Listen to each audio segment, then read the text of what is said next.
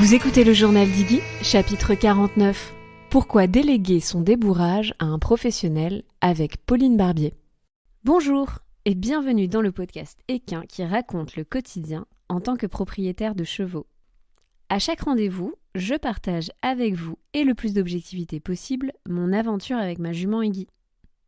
Que vous soyez simple cavalier ou récent propriétaire, vous trouverez dans ce podcast de l'inspiration, de l'introspection, des témoignages, des idées mais aussi des outils pour vous permettre à votre tour de passer à l'action pour construire votre histoire rêvée aux côtés des chevaux.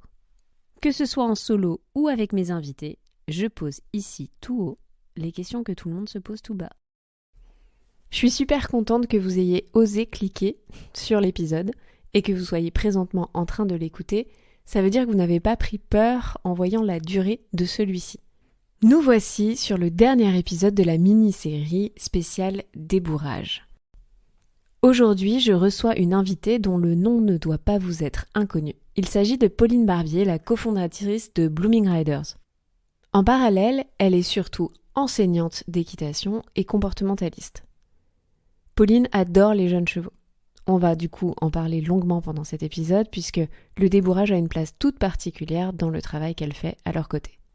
Dans ce chapitre, on va donc parler à cœur ouvert sur pourquoi c'est une bonne idée ou pas de déléguer son débourrage à un professionnel. On va vous apporter du coup une vision, des réponses, mais aussi les avantages, potentiellement les inconvénients, la question du prix, bref. L'épisode est long, oui, mais on a cherché vraiment à abattre tous les angles morts pour que vous puissiez prendre plus facilement une décision. Comme c'est le cas pour tous les épisodes de cette série, vous retrouverez aussi en description de l'épisode le petit bonus avec la liste des red flags d'un débourrage raté. Oui, j'ose le placer ici parce que vous verrez dans l'épisode, on vous conseille d'aller voir le professionnel avec lequel vous envisagez de travailler, mais surtout de partir à la recherche des chevaux qu'il a déjà débourrés. Cette liste pourrait donc s'avérer peut-être précieuse pour vérifier que le travail a été bien fait. C'est fini des blablas, je vous laisse avec notre échange.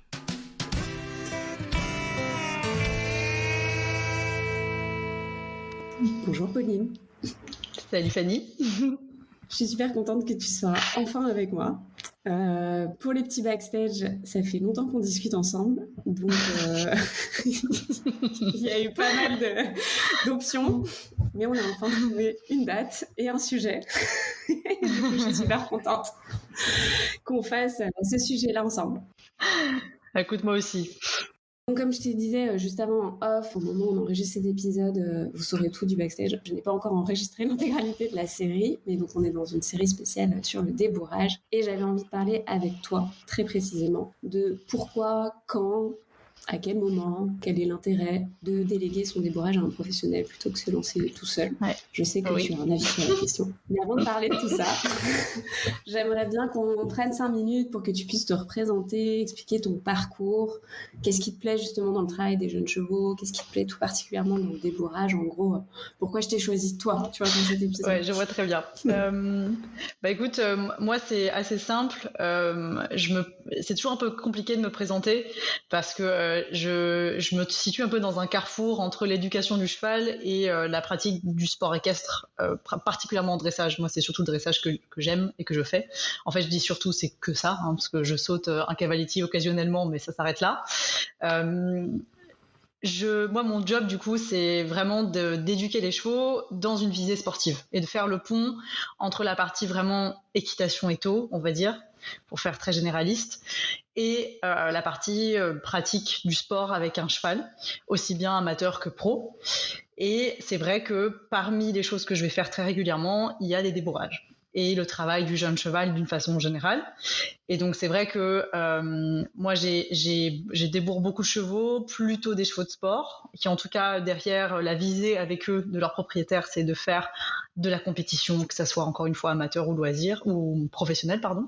Et donc du coup les jeunes chevaux, j'adore ça, j'en ai eu pas mal. C'est pas l'unique chose que je fais, mais ça fait partie des choses qui sont pour moi importantes parce que je trouve que le début de la vie d'un cheval, surtout quand on veut faire du sport, c'est capital pour son bien-être et le fait d'avoir un rapport sain avec la pratique que les humains vont lui imposer plus tard. Et donc du coup voilà, je suppose que c'est pour ça que je suis là aujourd'hui.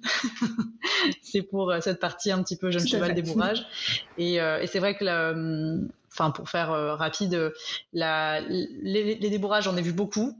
Fait classique, fait pas classique, par plein de pros différents. Et je suis un peu arrivée, j'ai beaucoup réfléchi à ce sujet-là parce que les jeunes chevaux, c'est hyper touchant. C'est des animaux qui sont encore hyper eux-mêmes, hyper spontanés. Ils n'ont pas été trop abîmés par l'homme encore, donc ils sont très très nature. Enfin voilà, moi ça me touche énormément.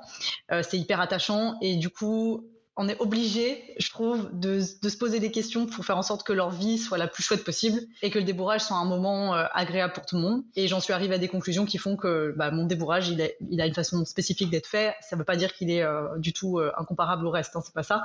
Mais je sais qu'il est long chez moi, il est très long, beaucoup plus long que chez la plupart des pros. Il est fait avec beaucoup de progressivité. Voilà, je suis arrivée à un stade où ma philosophie du débourrage, c'est il faut qu'on ait le moins de moments de conflit et de tension possible, même si ça arrive et que c'est normal et naturel chez un jeune cheval d'avoir des moments de conflit. Jusque-là, je suis plutôt contente de comment ça se passe et de comment les chevaux évoluent plus tard, donc je reste sur cette ligne de conduite. Voilà.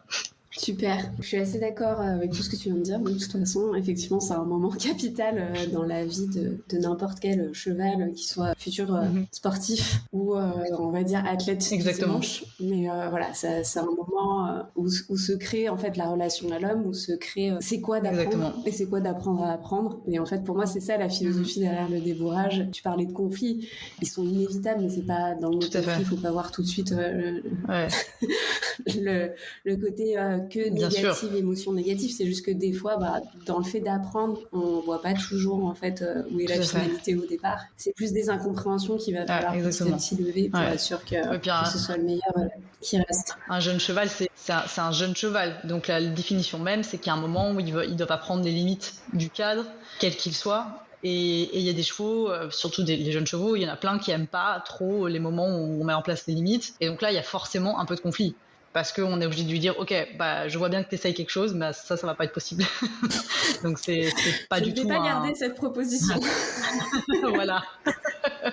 Merci beaucoup, mais ça on va pas le faire. Après c'est naturel et normal, mais c'est vrai que je pense que la tendance générale tend vers des débourrages qui sont plus cool, mais j'ai quand même vu beaucoup de chevaux ou beaucoup d'écuries, même des écuries plutôt orientées équitation et tout, avec une vision un peu plus alternative où en fait on fait des débourrages très rapides avec peu de progression, où les chevaux explosent très vite, où voilà on normalise des explosions au moment des premiers cavaliers ou des premiers sanglages et tout ça. Ça peut arriver évidemment, mais pour moi, ça doit pas être. Ma norme à moi, elle est qu'il y a finalement très très très peu d'explosions. Il y a peut-être un petit peu de réaction sur les premiers sanglages parce que c'est bizarre le sanglage, mais ça reste assez calme. Et quand il y a des grosses réactions, ça nous questionne. Enfin, on va se dire oula, qu'est-ce qu'on peut faire pour rendre ça plus confortable ?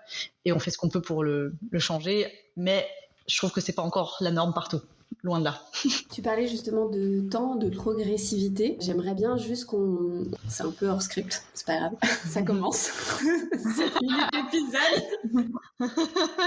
Non mais c'est intéressant parce que effectivement, il va y avoir, et on va en reparler tout de suite, cette notion de temps à passer, parce que forcément, si on décide de déléguer son débourrage, il y a un moment donné, ça veut dire qu'on confie son cheval un certain temps à une autre personne. Qui parle de temps, parle aussi de coût, et ça on en reparlera après. En général, il y a un peu des moyennes. Je m'étais renseignée. On va dire qu'on m'a proposé des 6 semaines de débourrage, 8 semaines de débourrage, 12 semaines de débourrage. Donc voilà, et tout ça, c'est lié à un prix. Toi, si tu devais donner ta moyenne, même si on sait que justement, un jeune cheval, en fait, tous les débourrages peuvent pas être identiques puisque ça va dépendre de comment il réagit. Bien sûr. Quand tu parles de temps et de progressivité, t'es sur un créneau de... Moi, je dis toujours aux propriétaires quand je prends un cheval au débourrage que c'est 2 mois minimum. Ok, cool. Donc c'est 8 semaines minimum. Beaucoup de chevaux en 2 mois, ça se passe bien et on arrive au bout. Il y a pas mal de chevaux aussi, j'en ai quelques-uns en tête où il a fallu rajouter 2 semaines, rajouter 1 mois. Il y en a même certains où on a dit, ok, j'ai récemment eu le cas d'une jeune jument de dressage qui avait 3 ans et demi, déjà une grosse pièce physiquement, mais encore un peu en train de pousser, avec beaucoup de tension musculaire, parce que voilà, un trop petit cocon pour cette grande ossature, et donc tous les tissus en train de un peu se plaindre de la situation, et donc on a eu pas mal de petits signaux qui nous montraient quand même que la jument n'était pas hyper confort, et donc on a dit ok, on va faire premier cavalier, les 3 allures avec un longeur, et on va s'arrêter là. Les chevaux sont ultra plastiques à cet âge-là, donc on sait que ce qu'ils apprennent à ce moment-là, si on fait ça bien, ils retiennent vraiment bien, et c'est pas perdu.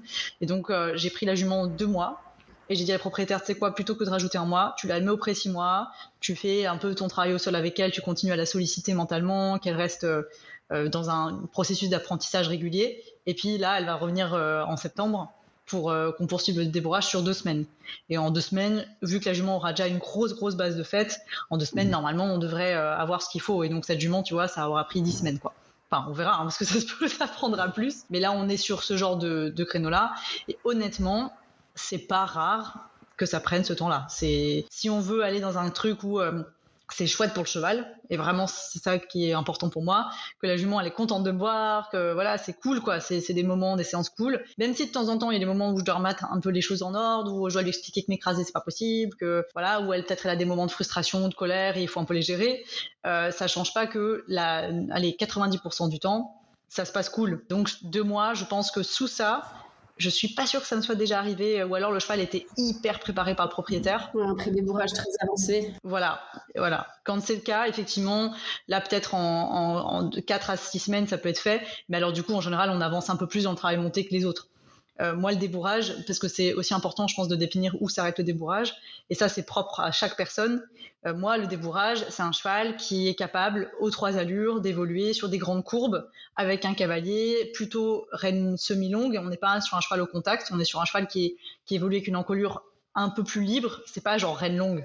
Enfin, pour moi, c'est pas reine longue parce que il y a beaucoup d'histoires de gestion d'équilibre aussi, qui fait que parfois les rênes complètement longues, il y a plein de jeunes chevaux qui sont paumés parce qu'ils savent pas comment gérer et le poids qu'on leur cale sur le dos et eux-mêmes leur équilibre. Mais en tout cas, sur un licol en corde, aux 3 allures, sur des courbes larges, en extérieur aussi, ils sont cool. Ça, c'est un débourrage terminé pour moi. C'est pas un cheval qui est capable de faire des demi-volts, des volts de 15 mètres au contact, nickel. Ça, c'est un cheval qui travaille pour moi. C'est pas encore un cheval qui a fini son débourrage, quoi. Donc déjà, il y a des gens chez lesquels un débourrage fini, ça doit être un cheval qui a l'air placé, sur lequel on a mis des élastiques, qui a une rondeur de l'encolure et qui évolue comme ça, peut-être juste en ligne droite. Sur les écuries pures classiques qu'on va voir notamment en Allemagne, un débourrage fini, pour eux, c'est un cheval, il fait le tour du manège, dans tous les sens, aux 3 allures, avec un contact mis, mais il n'est pas capable de tourner très bien sur 20 mètres. Donc voilà, c'est très relatif à qui on s'adresse, mais pour moi c'est ça. Voilà, c'est un cheval qui peut se déplacer aux 3 allures sur des courbes larges, avec un licol en corde, sans un contact démesuré, et tout se passe bien. Le cheval est cool, il accepte à 100% le cavalier et la situation, et il peut aller en extérieur. Ça, c'est un débourrage fini. Voilà. Trop bien. On va en reparler un tout petit peu après parce que justement tu parlais du débourrage de chevaux de sport et là-dessus j'ai quelques questions.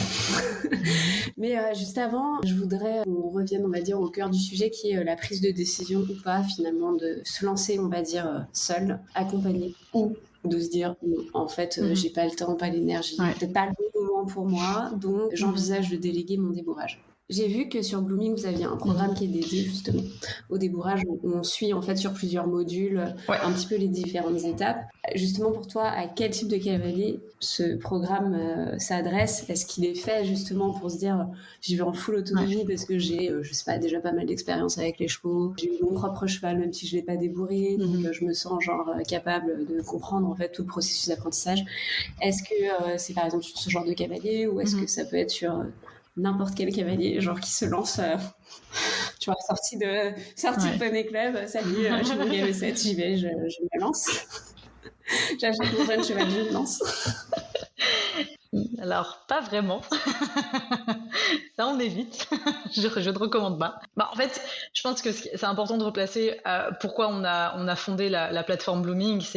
On a fondé cette plateforme parce qu'on voulait donner plus de pouvoir aux propriétaires de chevaux en termes de connaissances. C'était vraiment l'objectif de pouvoir donner la connaissance plutôt que d'aller la chercher, de galérer à trouver les bonnes sources, de jamais vraiment savoir ce qui est basé sur des fondations un minimum scientifiques ou pas, ce qui a été recherché ou pas, ce qui relève du gouroutisme ou de la méthodologie un petit peu très très spécifique individuelle ou ce qui relève plutôt de connaissances générales sur le cheval. On s'est dit, ok, nous on veut créer des choses qui permettent à tout le monde de n'importe où, à des budgets le plus restreints possible pour qu'on puisse quand même faire tourner le truc, qu'on puisse permettre de donner l'accès à des connaissances qui devraient pour moi être universelles et accessibles à tout le monde à n'importe quel moment. Le cheval, c'est super élitiste, ça coûte beaucoup d'argent, c'est cher, c'est normal, hein, pour plein de raisons, on va pas rentrer là-dedans, mais c'est vrai que je me suis dit, en créant ce truc-là, on s'est dit, ok, le but, c'est que les gens sachent comment un débourrage ça se passe, comment telle personne démarre les jeunes chevaux de dressage, comment telle personne évolue en cordelette, voilà, en donnant un max d'outils pour qu'ensuite le propriétaire ait l'autonomie et l'intelligence et l'esprit critique de dire ok, ça je garde pas, ça m'intéresse, pourquoi, ah ok, ça c'est intéressant, j'y avais pas pensé. Enfin, c'est vraiment donner toute la matière pour nourrir les propriétaires de chevaux et leur permettre d'avancer dans leur démarche à eux. Et du coup, le programme Jeune Cheval qu'on a, sur lequel il y a principalement le cheval de mon associée Lucie, Val, c'est, on a suivi ce cheval-là parce que c'était un petit cerveau gauche assez typique dans le comportement des chevaux de loisirs qu'on peut avoir, avec beaucoup de caractère, pas forcément facile pour un amateur, toujours en train de tester les limites, tout le temps en train de dire non, plus ou moins gentiment, et parfois ça nous fait rire, mais du coup on laisse un petit peu passer des choses et on le paye plus tard. Et l'idée d'un programme comme celui-là, ça n'est pas d'encourager les gens à débourrer tout seuls, mais c'est d'être armés pour pouvoir critiquer. Et je ne dis pas critiquer au sens juger, mais au sens avoir l'esprit critique face à un autre pro ou à un autre collègue ou au fait de voir une façon de débourrer un cheval. Et te dire, tiens, c'est marrant, ça peut-être qu'on aurait pu rajouter une étape. Au contraire, là, on allait trop lentement, ce qui est assez rare, mais on ne sait jamais. Bref, c'est d'arriver avec de la connaissance pour pouvoir être armé pour juger de la qualité ou non d'un débourrage. Je sais qu'on a des gens sur Blooming qui ont débourré seuls. Moi, c'est pas quelque chose que j'encourage parce que on en parlera après, mais je pense qu'il faut faire hyper attention avec les débourrages. C'est loin d'être une étape anodine. C'est parfois beaucoup plus compliqué que ce qu'on avait prévu. Et quand on se retrouve avec des problèmes ou des choses qui n'ont pas été bien faites, on peut le payer longtemps. Et c'est dommage. C'est vraiment l'idée de, éventuellement, quelqu'un, par exemple, qui se fait accompagner par son coach régulièrement dans le débourrage, d'avoir en parallèle Blooming parce que il va voir des étapes peut-être que son coach proposera pas, ou ça va lui donner des idées qu'il n'avait pas eues et qu'il va pouvoir travailler entre les deux venues de son coach, ou bien préparer à fond son cheval pour un débourrage venu et donc rendre le débourrage encore plus facile pour le professionnel aussi. Et ça, c'est con, mais ça joue un rôle quand même. Moi, j'aime beaucoup quand les chevaux arrivent avec beaucoup de préparation, c'est génial parce qu'on sait que les propriétaires sont investis comme des dingues et nous, ça nous rassure en tant que pro quand on va leur rendre le cheval derrière. On sait que le cheval, il va être entre de bonnes mains, que la personne, elle se renseigne, qu'elle avance. C'est vraiment pour tout ça. C'est pas pour encourager les gens à débourrer seuls. De toute façon, moi, j'ai vachement conscience que de toute façon, les gens font bien ce qu'ils veulent. S'il y en a qui veulent débourrer tout seuls, on peut pas les empêcher de le faire. Je le recommanderais pas. Et le programme de Blooming n'est pas là pour ça. Il n'est pas là pour dire aux gens on vous accompagne dans le débourrage de votre cheval, mais plus on vous accompagne avec toutes les autres personnes qui vous accompagnent dans le débourrage de votre cheval, pour donner de la nourriture intellectuelle, des idées, permettre aussi de voir une personne qui a une façon de travailler peut-être un peu différente du coach, et donc juste donner de la nourriture intellectuelle. Voilà. C'est marrant, enfin, bon, en tout cas, c'est marrant. Si, c'est marrant. Je sais pas si c'est marrant. J'en avais parlé d'ailleurs sur le podcast, mais c'est vrai que je trouve qu'aujourd'hui, c'est un peu le média qui te permet d'avoir cette sorte de culture équestre qui te permet de réfléchir. Et comme tu disais, d'aiguiser son esprit critique, de se dire ce qui est intéressant pour soi, pas pour soi, découvrir des professionnels. Ouais. Moi, c'est un peu le Wikipédia qui n'existe plus, tu vois. Oupsie! C'est moi. J'arrête 30 secondes la diffusion de notre échange parce qu'ici, ma langue fourche et je dis Wikipédia au lieu de dire Equidia. Donc Wikipédia existe toujours, ne paniquez pas. Je voulais parler de la chaîne TV Equidia qui a malheureusement disparu il y a quelques années. Je vous relaisse avec notre échange. Qui faisait certains programmes qui étaient hyper intéressants pour aller te faire découvrir des autres disciplines, découvrir certains cavaliers, découvrir des méthodes, voilà. Donc c'est chouette. Alors dans quel cas tu conseilles de complètement déléguer cette étape, justement? Pourquoi? Quels sont les avantages, est-ce qu'il y a des inconvénients? Tu vois, justement, tu disais, il y a aussi le fait de se dire, on va rendre le cheval à la personne, donc forcément, qu'elle est peut-être jugée du niveau de la personne avant. Tout à fait, ouais. Je vais partir de mon expérience, ça sera plus facile, simplement pour montrer un peu comment moi j'ai les systèmes que j'ai trouvés moi pour évaluer ça justement. En fait, les personnes où je vais vraiment recommander qu'elles délèguent, déjà la première typologie de personnes, et moi c'est vrai que comme j'ai beaucoup de chevaux de sport, j'ai pas mal de gens qui ont un peu des moyens et qui travaillent beaucoup. Et donc les gens qui n'ont pas le temps et qui me disent, si je leur dis écoutez les gars, un débourrage ça veut dire qu'il y a un temps de présence, si vous le mettez au débourrage à l'écurie, ça veut dire que toutes les semaines il y a au moins une fois par semaine où vous êtes là pour venir prendre cours, minimum. L'idéal, c'est même plus que ça. Si on rentre dans un processus de débourrage, alors si vous n'avez pas le temps et que le planning vous déborde, que votre vie est trop chargée, que vos émotions sont prises par plein de trucs, vous avez une charge mentale de dingue, déjà là, il faut même pas, faut tout de suite déléguer. Il y a même pas de question, quoi. Et ça paraît évident dit comme ça. Mais moi, j'ai plein de cavaliers qui se lancent là-dedans. Alors, ils ont une vie à 2000 à l'heure, 15 mômes à gérer, un travail à l'autre bout de la Belgique, machin, et qui se disent « Ah si, je me lance parce que j'ai envie. » Mais franchement, là, il faut il faut bien penser où sont ses priorités. Quand on se lance dans le débourrage, c'est pendant quelques mois, la priorité, c'est votre jeune cheval. En tout cas, il faut avoir l'espace mental parce qu'un débourrage, c'est des questionnements quotidiens. Tous les jours, c'est « Ok, est-ce que là, l'étape, elle est passée? Est-ce que c'est bien acquis? Est-ce que c'est pas acquis? Est-ce que là, je dois changer, varier un peu plus pour le garder frais mentalement? Est-ce que physiquement, ça va ?» C'est une des questions quotidiennes, c'est des observations quotidiennes et ça nécessite de la place dans la tête. Et voilà, pour certaines personnes, ça n'est pas évident. Donc vraiment, prenez le temps de vous poser la question, est-ce que j'ai le temps pour ça? Et quand je dis le temps, c'est pas une semaine, c'est plusieurs mois. Donc, c'est pas forcément donné à tout le monde, il y a déjà ça. Le fait de déléguer, pour moi, c'est d'abord et avant tout donner cette charge mentale, parce que pour moi, le débourrage, c'est une charge mentale à un moment. C'est le déléguer à un pro qui a l'habitude, en plus de ce genre de charge mentale-là, qui a des process mis en place dans sa tête, c'est pas une friction pour lui que de gérer un débourrage, alors que quand on l'a jamais fait, c'est nouveau, donc c'est inconfortable mentalement. C'est très bien, l'apprentissage c'est génial, mais c'est un inconfort, un apprentissage. Donc du coup, on va passer par des moments où on est peut-être un peu plus fatigué que d'habitude, où tout ça va se mettre dans nos têtes. Donc si on n'a pas cette place-là, déjà on délègue. Ensuite, en termes d'expérience, c'est là où évidemment c'est le deuxième critère qui pour moi va rentrer en compte. J'ai eu des cavaliers qui n'avaient jamais fait de débourrage, que j'ai entièrement accompagnés dans le débourrage de leur cheval, qui venaient chez moi ponctuellement, pas toutes les semaines, pas tous les jours, mais qui venaient par exemple une fois toutes les 2 semaines, une fois toutes les 3 semaines, qui travaillaient entre-temps, revenaient me voir, et en fait débourraient leurs chevaux quasiment en autonomie, mais avec des rendez-vous réguliers avec moi. Ça, c'est faisable, c'est pas la majorité des gens, vraiment pas la majorité, et c'est faisable quand les cavaliers ont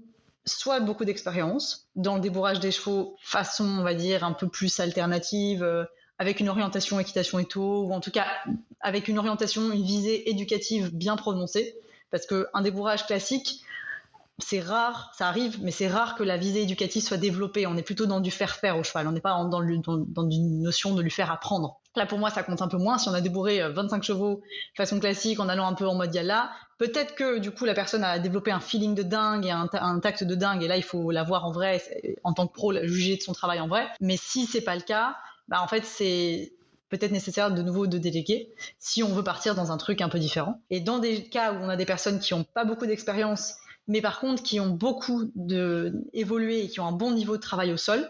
Et ça, moi, j'en ai vu un paquet, des gens qui n'avaient pas une expérience de malade en termes de débourrage, mais qui par contre ont travaillé comme des dingues au sol, qui ont énormément travaillé en équitation éthologique, qui ont pris beaucoup de cours, qui ont revu plein de stages et qui ont, eux, donné de leur personne, et qui du coup sont arrivés à un niveau de travail au sol qui est vraiment très bon, en fait, voire excellent. Ces personnes-là, finalement, je trouve qu'elles sont assez aptes à rentrer dans un débourrage, en tout cas, je trouve toujours suivi par un coach d'une façon ou d'une autre, mais un peu plus en autonomie. Si on n'a pas ça, cet investissement et ce niveau, parce que le débourrage, en fait, c'est reprendre les principes du travail au sol d'équitation éthologique, c'est savoir résister quand il faut, céder quand il faut, savoir adapter des stratégies aux réponses émotionnelles et comportementales du cheval. C'est quand même assez compliqué. Mais quand on a mené des apprentissages au sol complexes à bien, et que ça s'est bien passé, et qu'on a compris tous les principes et qu'on connaît bien le cheval, finalement, c'est un peu ce qui se passe pendant le débourrage. La seule grosse différence, c'est que quand on va commencer à monter sur le cheval et qu'on l'a jamais fait, il faut connaître les étapes, et ça, il n'y a qu'un coach qui connaît ça, qui peut vous les transmettre. On ne peut pas les inventer. A priori, il y a peut-être des gens qui sont des petits génies, mais je pense que ça reste quand même assez rare. Donc, il y a connaître les étapes. Et puis, il y a plein de choses très spécifiques au débourrage, dont le sanglage, les étriers qui ballottent, etc. L'apprentissage des rênes extérieures, ça aussi, c'est tout un truc qui est un peu compliqué pour le jeune cheval au début. C'est des choses, même si on est très très fort dans le travail au sol, si on l'a jamais fait, on l'a jamais fait. Et là, il faut se faire accompagner. Il n'y a pas vraiment de réponse évidente. Ce qui est clair, c'est que je pense que dans 80% des cas, quand on parle vraiment de cavalier amateur, il faut déléguer. Franchement, je vois peu de cas où il ne faut pas déléguer. Et on va dire qu'il y a les 20% restants de personnes qui ont un très bon niveau, qui travaillent vraiment dur et qui réfléchissent dur et qui ont la place de le faire, qui là, pour moi, peuvent le faire de façon beaucoup plus autonome, avec un suivi régulier d'un coach. Voilà, je sais que c'est pas très clair comme section, comme définition. Alors si.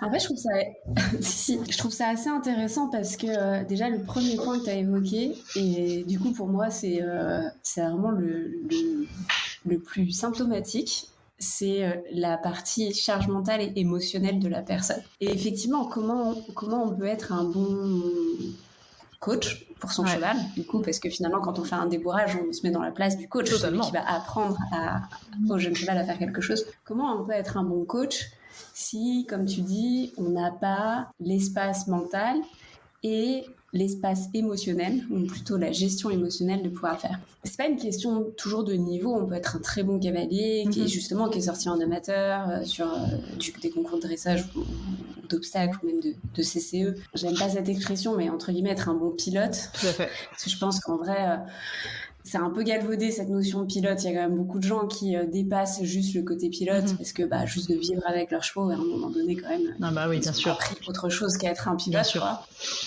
Je vois l'image pour schématiser, essayer de ranger les gens dans des petites boîtes. Mais bon, quand même, ça m'embête cette histoire de pilote. Je trouve que c'est très réducteur. Je suis d'accord. Mais bon, qui en tout cas ont ce côté, ok, j'ai beaucoup engrangé d'expérience, mais peut-être que c'est juste pas le bon moment pour moi, quoi. Exactement. Parce que comme tu l'as dit, là je suis en train d'acheter un cheval, mais je suis aussi en train en fait de changer de boulot, que je vais pas pouvoir diviser mon cerveau et mon énergie sur deux timelines avec deux nouveaux challenges qui accaparent tout simplement en fait mon esprit, les émotions, etc., etc. Et je trouve ça hyper intéressant que tu cites ça comme premier point, parce que je pense que beaucoup de gens ne voient pas ça. Alors que, comme tu dis, c'est quand même une grosse partie du succès du débourrage, puisque c'est cette justesse d'arriver toujours avec un état émotionnel cool, dans la lecture de l'autre, dans la capacité à prendre sur soi, à voir ça comme un jeu, à voir ça comme quelque chose d'apaisant. Tout à fait. Ça va jouer autant que de respecter les étapes, comme tu l'as dit, mais qui sont tout aussi importantes. Mais c'est juste que, en fait, c'est bien les deux et le couple des deux qui fonctionnent, et pas juste l'un ou juste l'autre. Exactement. Ouais. Donc, je trouve que c'est une très bonne réponse. Merci. Je te flatte un peu. Non, je trouve que c'est une très bonne réponse, parce que je pense que, bien évidemment, que les gens, d'une manière générale, vont se dire « Ah, j'ai pas le niveau ». Ça, tout de suite, la question du niveau va être mise sur la table. Il faut l'élucider, bien sûr.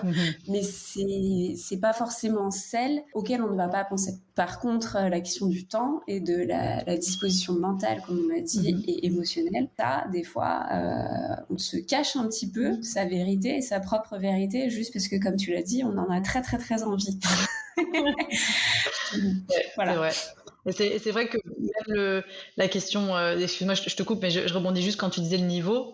Moi, j'ai pas mal d'exemples en tête de personnes qui, sur le papier, n'ont pas le niveau. Elles n'ont jamais débourré. Peut-être que c'est même le premier cheval qu'elles éduquent, un peu façon équitation étau, avec vraiment une grosse réflexion mise derrière chaque étape et tout. Moi, c'est le cas. J'ai même une cliente récemment pour laquelle c'est le cas. Elle avait jamais travaillé comme ça. Elle a acheté un jeune cheval de sport. Elle a travaillé comme une malade depuis qu'elle l'a acheté. Elle l'a acheté full, je pense, ou à 1 an peut-être. Elle a mis un travail de dingue, une énergie de dingue, une réflexion de dingue dans tout. On a débourré le cheval ensemble, mais en fait, j'ai pas été très présente au final. J'ai été présente peut-être tous les mois, à une période donnée. Et franchement, c'est le débourrage le plus chill de l'univers. Le cheval, il galope les doigts dans le nez, il se pose aucune question, tranquille, tout le monde est cool. Mais en fait, là, c'est une personne qui avait pas forcément, sur le papier, pas d'expérience jeune cheval, premier cheval éduqué façon étau comme ça, mais la fille, elle avait la disponibilité mentale. En tout cas, elle a décidé de prioriser. Donc ça, c'est un choix, pas facile à faire, mais elle l'a fait, alors que c'est quelqu'un qui travaille beaucoup. Mais elle a fait ce choix-là. Elle a mis le choix de se prioriser sa formation à elle. Donc elle a tout le temps mis sa formation en priorité, et en fait, ça change tout. Et c'est une bosseuse. Et elle a été présente, elle a réfléchi, elle a donné de l'énergie mentale, mais comme une dingue. Et du coup, tout se passe bien. Alors que le niveau, c'est vrai, n'est pas du tout un critère qui coche les cases chez elle. Mais en fait, ça s'est passé impeccable, quoi. Et elle a gagné une expérience de dingue, mais parce que ce mindset était là. Et du coup, c'est pour ça que moi, quand on me dit machin truc a jamais débourré de cheval, elle va débourrer seule avec son coach, moi je connais plein de gens que j'ai eu en cours qui ont débourré plein de chevaux et qui auraient fait beaucoup plus de dégâts qu'une personne qui en fait on n'avait jamais débourré aucun, quoi. Donc voilà. Ouais, et juste pour conclure là-dessus, je trouve ça intéressant parce que donc là tu donnes l'exemple de quelqu'un qui justement s'est investi. Donc on a parlé du temps, on a parlé de l'émotion, mais il y a aussi la question effectivement financière et capacité à s'auto-former. Et ça, en fait, c'est un budget quand même qu'on se dit. C'est-à-dire que, alors, on peut le faire de plein de manières différentes. On peut effectivement regarder beaucoup de vidéos, on peut aller faire des stages, on peut décider de se faire suivre, etc. Mais ça rentre aussi dans la balance. Et tout ça juste pour dire et conclure que, en fait, c'est des choix et c'est des choix personnels qu'il faut juste se poser avant. Et après, qu'on décide de le faire ou pas, finalement, c'est OK. Il n'y a pas de jugement là-dessus. Exactement. Vous ne serez pas un bon propriétaire si vous achetez un poulain et que vous décidez de le déléguer. Absolument. Finalement, ce qui fait qu'on est un bon propriétaire ou pas, c'est d'essayer de se regarder avec optimisme et objectivité en se disant est-ce que c'est le bon moment ou pas ? Est-ce que financièrement, je peux aussi faire ça ou pas ? Et puis après, c'est l'après aussi qui compte. Bien sûr. C'est-à-dire que oui, c'est une étape importante. Mais même si on n'est pas présent, entre guillemets, dans cette étape au quotidien, ça ne veut pas dire que l'après ne sera pas bien. En fait. Et je trouve que il faut faire attention parce que j'ai l'impression, alors c'est très difficile de généraliser, mais j'ai eu une partie de ma clientèle à une époque qui, c'était un peu romantisé, cette notion de je vais débourrer mon cheval moi-même. C'était un petit peu trop même glamour, quoi. C'était un truc très important, c'est comme si c'était un moment capital dans la relation avec son cheval. Je pense qu'il faut faire attention avec ça parce que du coup il y a des propriétaires effectivement qui culpabilisent de pas le faire ou de pas y participer. Honnêtement, la relation entre vous et votre cheval, elle dépend pas du tout de votre présence ou non au débourrage, mais genre vraiment pas, quoi. Moi j'ai plein de chevaux où j'ai pas vu le propriétaire du débourrage. La relation avant-après, elle est impeccable. Juste le cheval, il est venu faire un apprentissage spécifique avec moi. J'ai pas spécialement tissé un lien fusionnel avec le cheval parce que j'étais son premier cavalier. Ça, c'est un truc très humain aussi. C'était je suis son premier cavalier. On dirait que c'est un truc, quoi. Mais en fait, c'est un truc pour personne. Enfin, c'est un truc juste pour vous, pas pour le cheval.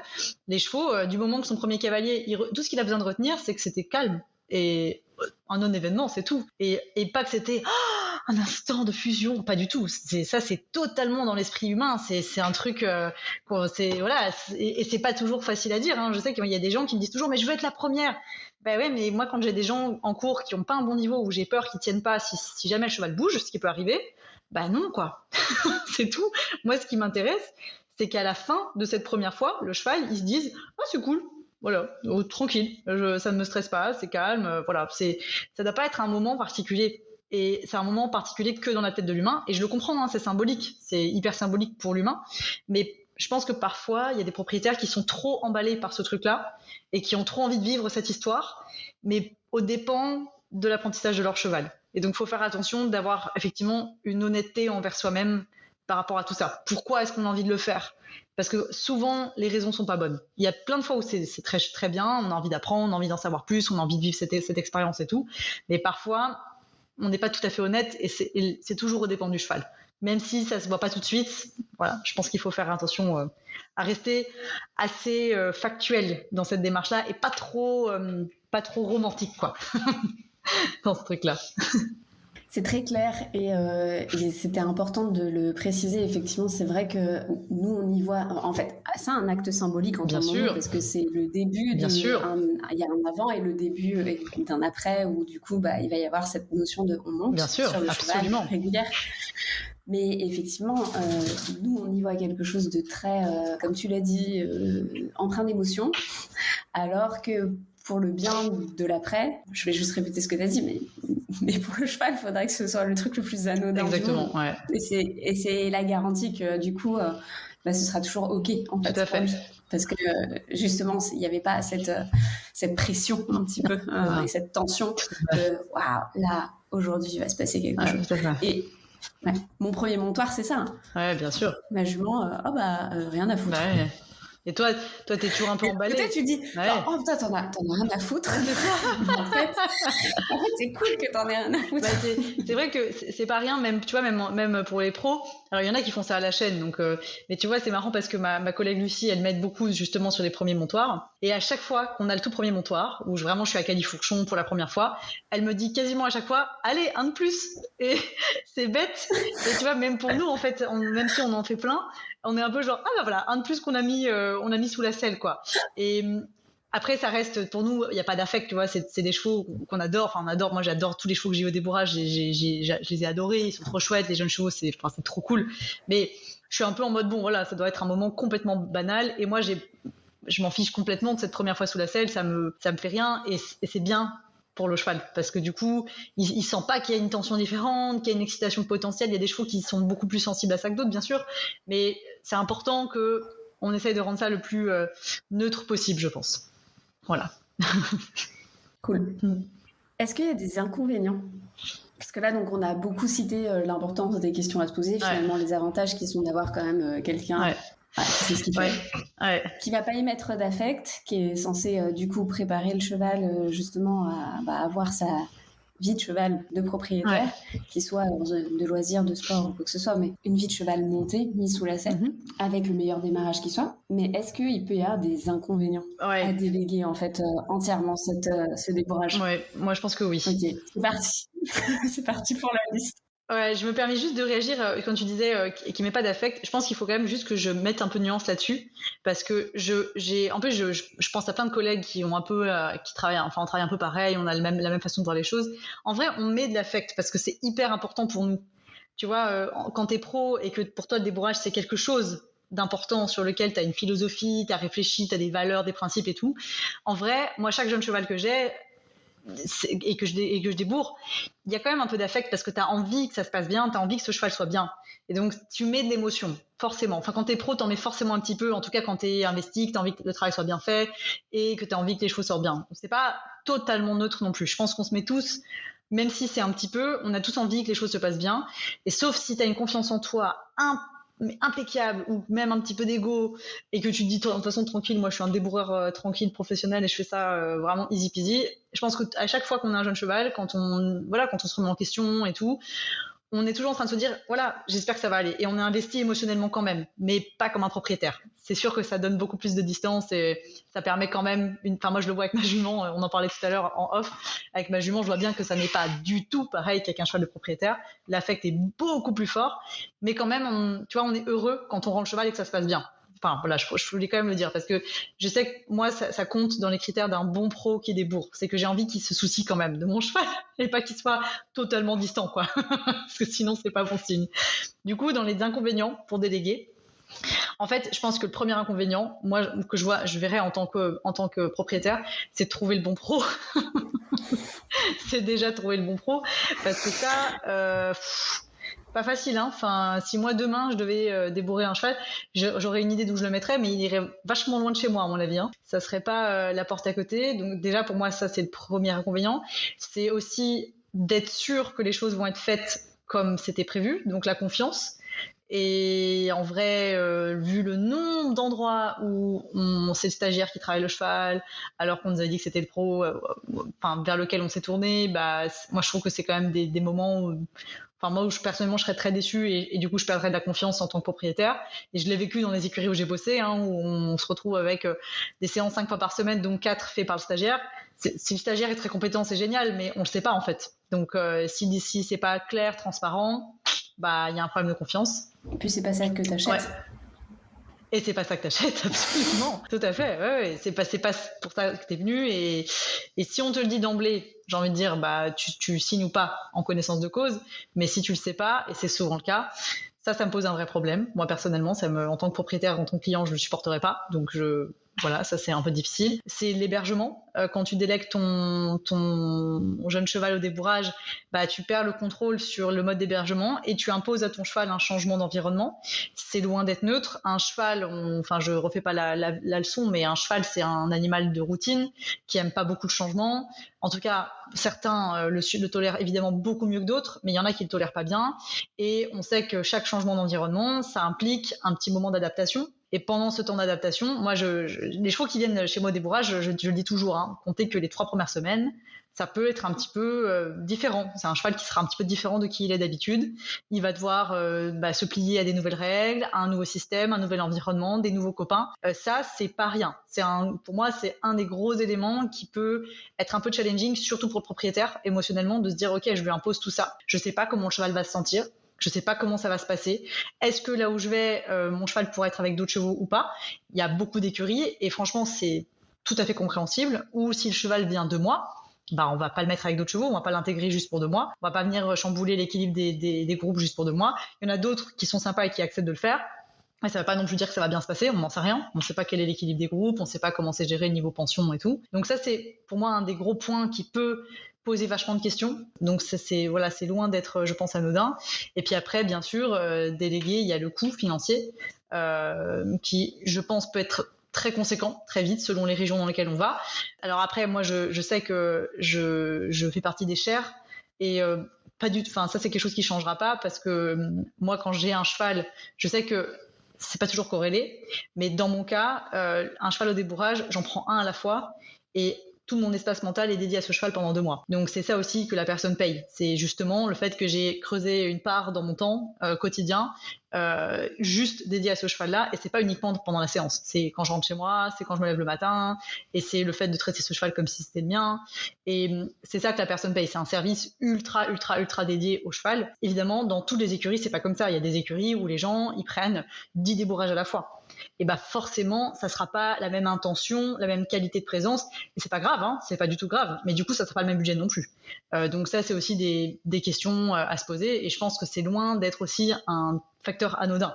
Il y a des gens pour lesquels ça ne pose aucun souci, mais il y en a plein chez lesquels c'est des questions qui vont se poser plusieurs fois avant d'être adressées forcément. Donc voilà, comme ça serait un petit peu la première liste que je verrais.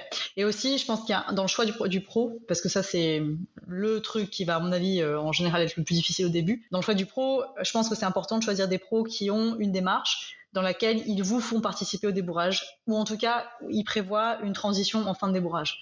Parce qu'on ne peut pas vous rendre le cheval sans transition, ça c'est pas possible. Enfin, les gens qui font ça, je sais pas comment ils font. Moi personnellement, je ne vois pas ça autrement que sur la fin du débourrage, il y a 2 semaines où la personne, les séances qui étaient prévues, c'est court tous les jours.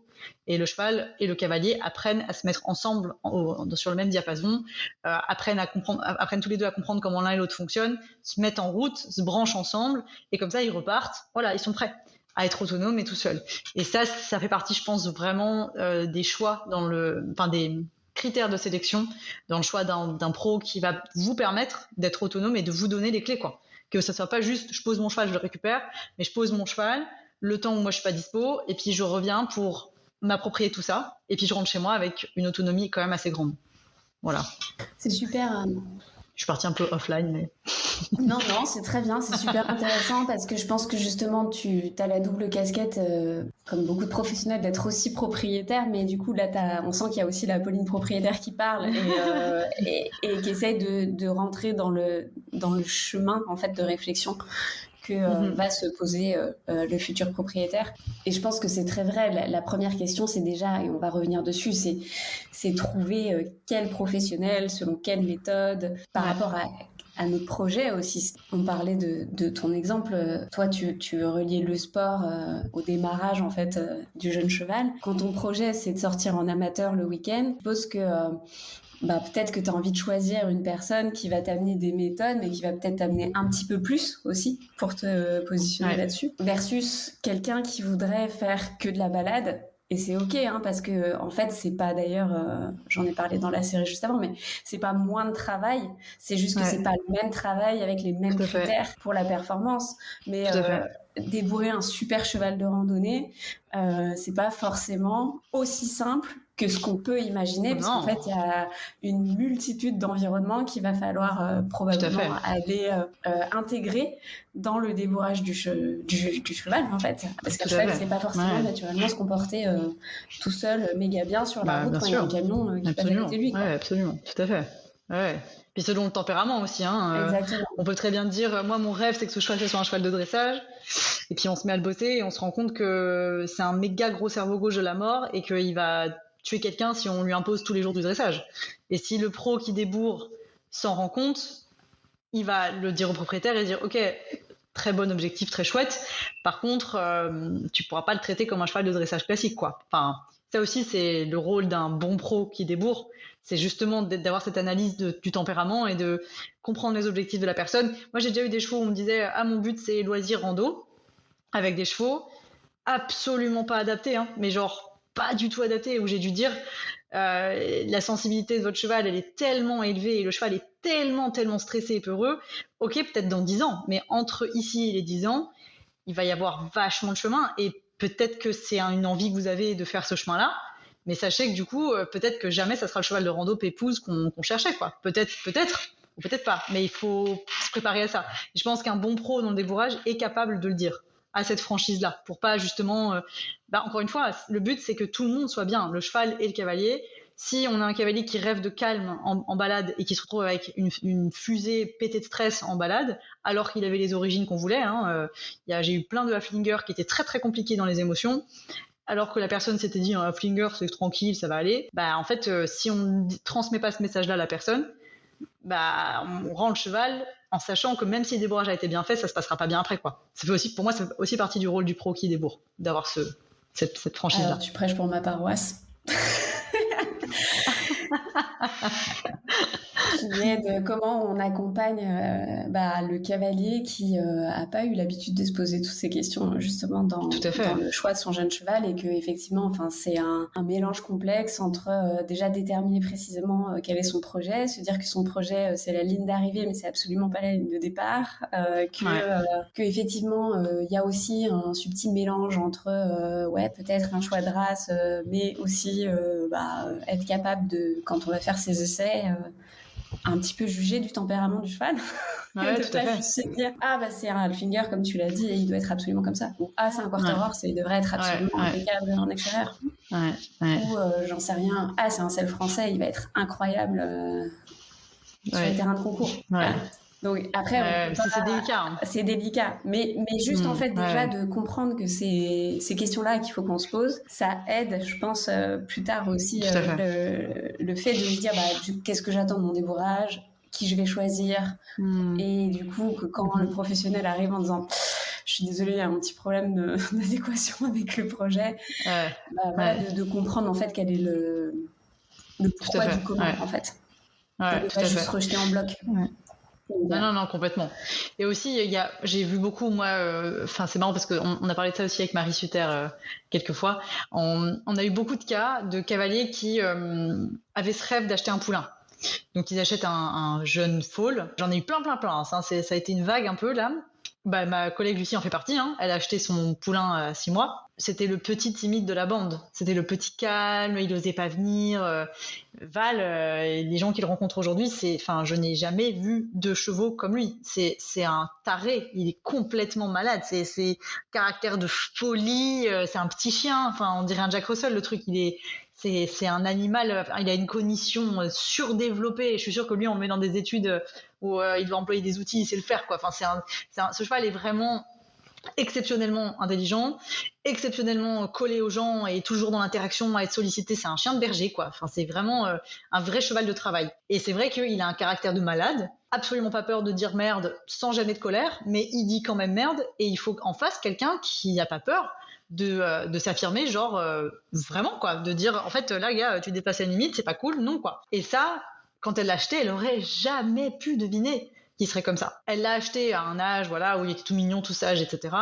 Et puis très vite, dès ses 1 an et demi, c'est quand même devenu vite un petit mec avec beaucoup de caractère. Et heureusement, Lucie, c'est quelqu'un qui justement fait partie de ces gens, qui, certes amatrice, mais hyper investie, qui se pose 1 milliard de questions, qui est passionnée, qui a bossé comme une tarée, mais elle a affronté un paquet de challenges avec ce cheval. Elle, c'est un cas où ça se passe bien, mais elle est hyper accompagnée. Val, depuis ses 1 an et demi, je suis là régulièrement. Donc ça fait, là maintenant il va avoir 7 ans, hein. Enfin il a eu 7 ans. Donc ça fait beaucoup, hein. Et depuis tout ce temps-là, je le monte 2 fois par semaine. Enfin voilà, il y a un gros suivi d'impro derrière. Donc elle est pas toute seule. Mais en parallèle, heureusement que c'est quelqu'un qui a un méga bon niveau de travail au sol, qui a un super tact, super feeling, pas du tout peur de s'affirmer. Enfin voilà, carré la nana, hyper carré. Donc ça marche. Par contre, pour un cas comme ça, je sais pas combien de cas j'ai en tête où la personne a acheté un jeune cheval avec tout ce rêve très bucolique, et je le comprends, hein, de voir le cheval grandir, d'évoluer avec lui, le rêve, je le comprends, et je pense que c'est normal de l'avoir, c'est hyper beau en vrai, c'est un super joli projet. Par contre, il faut être prêt à ce que ça se passe pas du tout comme on voulait. Et il y a des gens, je pense qu'ils arrivent psychologiquement prêts en se disant ok, je pense à des cas que j'ai rencontrés où effectivement c'était plus complexe dans la réalité que prévu. Ça reste un jeune animal qui grandit, donc il change énormément, il est un peu instable, un peu inconstant, il y a des jours il sera frustré, colérique et chiant, et ça sera pas contre la personne, ça sera juste comme ça, parce que lui aussi il cherche sa place dans la vie, et puis il y aura des moments où il sera pas en bonne santé et on comprendra pas pourquoi. Enfin, c'est toute une aventure qui fait qu'avant même d'arriver au débourrage, il y aura peut-être eu beaucoup de up and down, et le débourrage pourra aussi être en lui-même un moment où on avait projeté des choses et où ça se passera pas comme on voulait. Et donc c'est vrai que je pense que quand on a des projets débourrage et qu'on a acheté par exemple un poulain dès son plus jeune âge, c'est super difficile d'être certain que le cheval va correspondre à notre projet et que pendant le débourrage, ça va se passer comme on voulait. Et enfin, je me permets de rediriger l'exemple sur moi en tant que propriétaire. J'ai acheté une jument il y a 2 ans, une jument de dressage, méga grosse d'origine, elle m'a coûté un bras, voilà, c'est un vrai putain de bon cheval de sport, ça a toujours été mon rêve. Moi, je voulais mon cheval de sport. J'ai eu sous les fesses un paquet de méga bons chevaux, des Ferrari, qui auraient pu faire le Grand Prix sans problème et tout. J'étais frustrée qu'on me les enlève à chaque fois que ça allait bien, parce que concrètement, c'est ça qui se passe. On me le donne parce que ça va pas, je répare, je rends, ça va mieux, et puis les personnes se font plaisir et moi non. Et donc, j'en ai eu marre. Et du coup, je me suis dit, ok, j'achète mon cheval. Je prends le risque financier, machin. J'achète un jeune cheval parce que je voulais un bon cheval. Mais en vrai, j'avais pas les moyens pour acheter un 4 ans, puis je voulais le débourrer moi-même. Enfin, vraiment des trucs qui sont hyper similaires aux personnes que je décris, hein. Et voilà, le fait est que c'est une jument qui a le caractère pour tout ça. Mais il y a des petites surprises. Voilà, elle a le poster. Il y en a toujours. Voilà, exactement. Et si on est prêt, je pense, à les avoir, on les reçoit beaucoup mieux et on est plus objectif dans les directions qu'on choisit par la suite que si on arrive en mode ça va se passer comme ça et ça va être trop bien. Je pense qu'il faut arriver avec un petit peu de réalisme, et c'est bon pour soi, pour avoir des émotions qu'on gère mieux, et c'est bon pour le cheval aussi forcément, quoi. Ouais, c'est clair. C'est toutes ces étapes de comment dire. C'est bien d'avoir un rêve, mais apprendre à décortiquer son rêve et comprendre que c'est du vivant. Donc il va y avoir des étapes par lesquelles il va falloir passer. Et pour moi, c'est plus important de comprendre et d'anticiper les étapes par lesquelles on va devoir passer, et d'imaginer la réponse qu'on aimerait avoir. Hein. Tout à fait. Ça, c'est OK de l'imaginer. Tout à fait. Mais en fait, de surtout comprendre quelles sont ces étapes pour se dire que si la réponse n'est pas celle qu'on attend, Ouais. on est quand même armé pour faire face à la déferlante de charge mentale qui va arriver. Tout à fait. D'accord. Et s'emparer de lui. En fait, c'est surtout ça. Si on revient du coup au choix du professionnel, quels seraient des éventuels recos pour les choisir? Alors, je veux dire, merci des classiques, quelqu'un qui travaille dans le respect du bien-être du cheval, on s'en doute. Mais du coup... ça, c'est vague. Hein. Est-ce que... c'est vague, voilà. Ouais. Est-ce que pour toi, il y a des méthodes qui sont plus OK qu'une autre? Est-ce qu'il y a des mots-clés qui, tu vois, enfin, dans la manière dont la personne se présente? Est-ce que c'est OK d'aller observer comment il travaille, tu vois? Est-ce que tu pourrais nous donner un petit peu, toi, si tu devais te mettre dans la peau du propriétaire, comment tu fais ton casting, en fait, tu vois? Après, dans mon cas, là où je suis un peu biaisée, si je devais moi choisir, c'est que alors, c'est pas du tout dit avec arrogance, mais je suis forcément pas mal armée pour pouvoir justement juger de comment un pro bosse ou pas. En plus, j'en vois des tonnes avec Blooming, et ça, c'est génial parce que ça m'offre un regard encore plus... Enfin, ça me forme tout le temps et ça, c'est incroyable. Du coup, j'ai quand même un regard, je pense, qui est vachement nourri. Et donc, c'est facile pour moi, quand je vois quelqu'un bosser, de me dire, OK, celle-là, je la sens, celle-là, je la sens pas. Enfin, c'est assez facile. Donc, c'est vrai que moi, j'ai toujours une liste en tête. Si j'ai un problème avec un cheval, je sais qui j'appelle. Parce que je les connais bien, je sais comment ils bossent, je connais les challenges qu'ils ont vécu. Et donc, c'est forcément, moi, j'ai un peu ce biais-là. Donc, c'est une chance inouïe de savoir à qui on va s'adresser. J'ai pas peur de faire des kilomètres. Je préfère aller à 4 heures de chez moi, mais chez quelqu'un en qui j'ai entièrement confiance, que d'aller à une demi-heure chez quelqu'un où je suis pas sûre. C'est aussi ça, c'est beaucoup de contraintes de ce type-là. Moi, je suis un petit peu tarée là-dessus. Je préfère être sûre de moi, mais aller loin. Ça, c'est clair et net. Par contre, quand je recommande à quelqu'un, quand il y a quelqu'un qui cherche un pro, pour moi, la première chose, c'est de sentir qu'on est en confiance, qu'on a une personne qui va être transparente, qui va nous dire les choses, qui aura pas peur de dire les choses, qui aura pas peur de dire des choses peut-être inconfortables aussi, de dire l'autre jour j'ai fait une séance, j'ai sanglé, ça s'est pas super bien passé parce que ça, et qui le dit. Parce que les pros qui vont un petit peu diminuer et pas dire les faits tels qu'ils se sont déroulés, qui entourloupent un peu parce qu'ils assument pas. Il y a plein de cas où c'est pas de la faute du pro, où le cheval a réagi pas comme on l'espérait, pas comme on le voulait. C'est comme ça, tu l'as dit tout à l'heure, c'est du vivant, on contrôle pas tout. On essaye de contrôler ce qu'on peut contrôler, mais la partie qu'on contrôle pas, faut l'accepter, c'est normal. Et je pense qu'un bon pro, c'est quelqu'un qui a pas peur de dire les choses, qui est franc, qui dit ok, tu sais quoi, là ton cheval par contre il est trop gros, pour un débourrage ça va pas, là ton cheval il est trop maigre, là ton cheval il est comme ci, là il faut absolument que tu appelles un physio, là il faut vraiment faire attention au niveau des pieds parce que ça va pas. Enfin, quelqu'un avec lequel il y a un discours où on sent qu'il est transparent, qu'il est sincère, qu'il a le dialogue ouvert, la communication. Ça pour moi c'est primordial. J'allais dire déjà un pro qui a la communication. Ouais. Et c'est déjà pas fréquent, Non. C'est rare, Moi, tu vois, c'est marrant parce que les collègues que j'ai auxquels je pense si jamais j'ai un souci, c'est des gens qui communiquent beaucoup. Donc, je suis habituée. Mais c'est vrai que j'ai pas mal de fois où j'ai des clients là, j'ai un cheval en ce moment au travail. La cliente, je lui dis, moi, à chaque séance, je fais un compte rendu sur WhatsApp, un voice, quand je rentre en voiture. C'est systématique. Et c'est des voices qui peuvent durer longtemps. Enfin, parfois, c'est des voices de 7 minutes, quoi, tu vois, où j'explique tout ce que j'ai fait dans le détail, les réactions. Parce qu'en fait, moi, je vois pas les choses autrement. Je me mets toujours à la place du proprio et je vois pas les choses autrement. J'ai besoin qu'il soit au courant de tout. Puis moi, j'ai envie que le propriétaire soit impliqué dans l'histoire. Donc, j'ai envie qu'il sache tout ce qui se passe, ce qui s'est passé, comment, pourquoi j'ai pris cette stratégie-là, pourquoi j'ai ajusté. Et en fait, mes clients, quand ils ont ça, ils sont toujours genre, waouh, tu fais vraiment les voices. Et ça me fait toujours rire parce que je suis un peu là, genre, oui, alors ça m'arrive d'en oublier un de temps en temps parce que si j'ai un cheval qui fait 5 séances par semaine pendant 6 mois, oui, ça peut m'arriver d'oublier. Mais globalement, ils ont quand même beaucoup de détails sur tout ce qui se passe. Et c'est ça que je leur propose d'emblée parce que moi, en tant que propriétaire, c'est ce que j'aurais aimé avoir. Et même si la personne les écoute pas tous, je m'en fous. Elle sait juste que si elle a besoin de savoir ce qui s'est passé, elle a l'information de dispo. Mais c'est super rare. Il y a beaucoup d'endroits où les pros donnent pas du tout de compte rendu quotidien, soit parce qu'ils n'ont pas le temps, soit parce que c'est pas dans leur façon de faire, leur culture, leurs envies. Et moi, je sais que je recommanderais jamais de mettre un cheval quelque part où il n'y a pas ça, parce que je pense que c'est important que le propriétaire soit au courant. Donc, communication, pour moi, c'est le premier truc.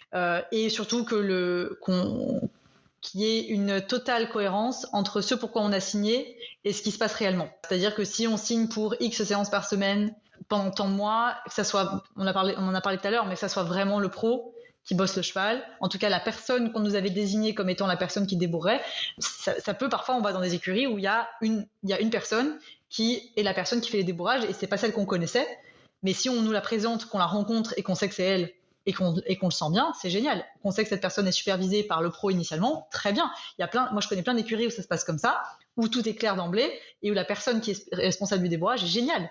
Donc ça c'est très bien, mais il faut que tout ce qui va se passer avant d'arriver, avant de signer, on le sait et ça va se dérouler comme c'était prévu. En tout cas, dans la structure professionnelle, on va dire. Donc ça, pour moi, c'est la deuxième chose qui va être importante. Et ça, c'est valable aussi pour l'hébergement. Que les choses au niveau de l'hébergement, mais ça, c'est le combat d'une pension, par exemple, on sait tous comment c'est que ce qui était prévu se passe comme c'était prévu, que s'il y a des changements, on est prévenu avant. Telle prairie ça va pas, on va le bouger dans telle autre prairie, je voulais juste te prévenir parce que argument 1, argument 2, enfin que tous les choix soient éclairés et expliqués. Donc on revient à la communication, toujours pareil. Ça aussi pour moi c'est un autre choix. Maintenant il y a la question de la méthodologie de travail, de la technique de travail. Et là pour moi c'est là où ça se complexifie considérablement parce que t'as des grandes catégories. On peut très bien faire le truc schématique de classique versus alternatif. Dans classique t'as une tonne de nuances. T'as des gens qui débourrent en 2 jours, avec des élastiques de partout, le cheval contraint dans la tête, et c'est la guerre. Puis ça passe à coup de résignation acquise. Il y en a chez lesquels ça se passe comme ça. il y en a plein qui sont classiques de chez classiques, qui n'ont jamais eu de formation équitation et tout ou quoi, qui ont un tact et un feeling de malade et qui vont faire les choses dans l'ordre et chez lesquels le cheval va être très bien. Ça arrive aussi. En alternatif, il y a aussi à boire et à manger. Il y a des gens qui travaillent en équitation et tout de façon hyper rigoureuse, hyper sérieuse, hyper progressive, tout est bien fait et tout. Et puis il y en a chez lesquels où on respire et on espère que le cheval va faire une flexion latérale. Et si il a baissé l'oreille droite et cligné de l'œil gauche en même temps, ça veut dire qu'il est pas bien. Et il y en a d'autres chez lesquels au contraire c'est assez violent aussi. Donc c'est hyper compliqué là de dénouer. Et c'est vrai que là moi, je me fie toujours au bouche à oreille. Pour moi c'est le bouche à oreille. C'est vieux comme le monde et je trouve que c'est un des trucs quand même le plus fiable de bouche à oreille de personnes qui ont été là-bas, parce que ça aussi je me méfie des gens qui disent truc muché comme ça mais on n'y est jamais allé. Ouais, c'est ce que j'allais dire, d'aller voir des chevaux qui ont été débourrés par cette personne. Voilà. Et parler avec des clients qui ont vécu l'expérience d'avoir le cheval en débourrage chez telle ou telle personne, parce que c'est les meilleurs retours en fait. Une personne qui dit c'était super, je suis contente et j'ai vécu le truc de A à Z, c'est super différent de quelqu'un qui a entendu dire que le truc était pas content avec des trucs super vagues. Il faut vraiment aller s'adresser à la source et je trouve que mine de rien ça c'est le meilleur truc. Ça reste un retour parce que quand tu vas sur des sites web, ça c'est aussi un peu je connais plein d'endroits, très jolis sites, hyper commercial, hyper beau, avec des belles phrases, ça nous fait rêver, on se dit ah purée, ça va être un endroit de rêve pour mon cheval et tout. Et puis quand on connaît un petit peu comment ça s'y passe réellement, c'est pas forcément que c'est cata, mais juste c'est pas comme on croyait. Et je pense que c'est important de se dire tiens, ok, moi j'aimerais bien me mettre mon cheval là. Je vais essayer de trouver quelqu'un qui a mis son cheval là récemment, parce que aussi si c'était il y a 5 ans, la façon de travailler a peut-être changé, la structure a peut-être changé, donc essayer de prendre un cas plutôt récent, discuter avec la personne rapidement, dire ok, est-ce que vous êtes satisfait, oui, non, pourquoi et tout. Et ça, je pense que c'est une bonne façon d'être sûr de vers où on va, même si bien sûr ça reste un témoignage d'une personne, peut-être que l'avis de la personne sera pas le même que le vôtre, mais ça permet quand même d'avoir un peu une idée de comment ça s'est passé, de la transparence, de l'échange qu'il y a eu. Je pense que ça, c'est une bonne façon de faire. Et après, l'idéal, ça reste d'aller voir comment la personne bosse et de se faire son avis soi-même. Ça, je pense que ça reste idéal. C'est pas toujours faisable. Soit d'aller sur place, soit si la personne il y a plein de personnes maintenant qui ont des vidéos de soi en ligne où on voit comment la personne bosse. Toujours apprendre avec des pincettes, parce qu'il y a plein de personnes qui mettent une facette et pas tout. Donc, apprendre avec des pincettes, mais on a quand même une idée du discours, une idée de la façon de bosser.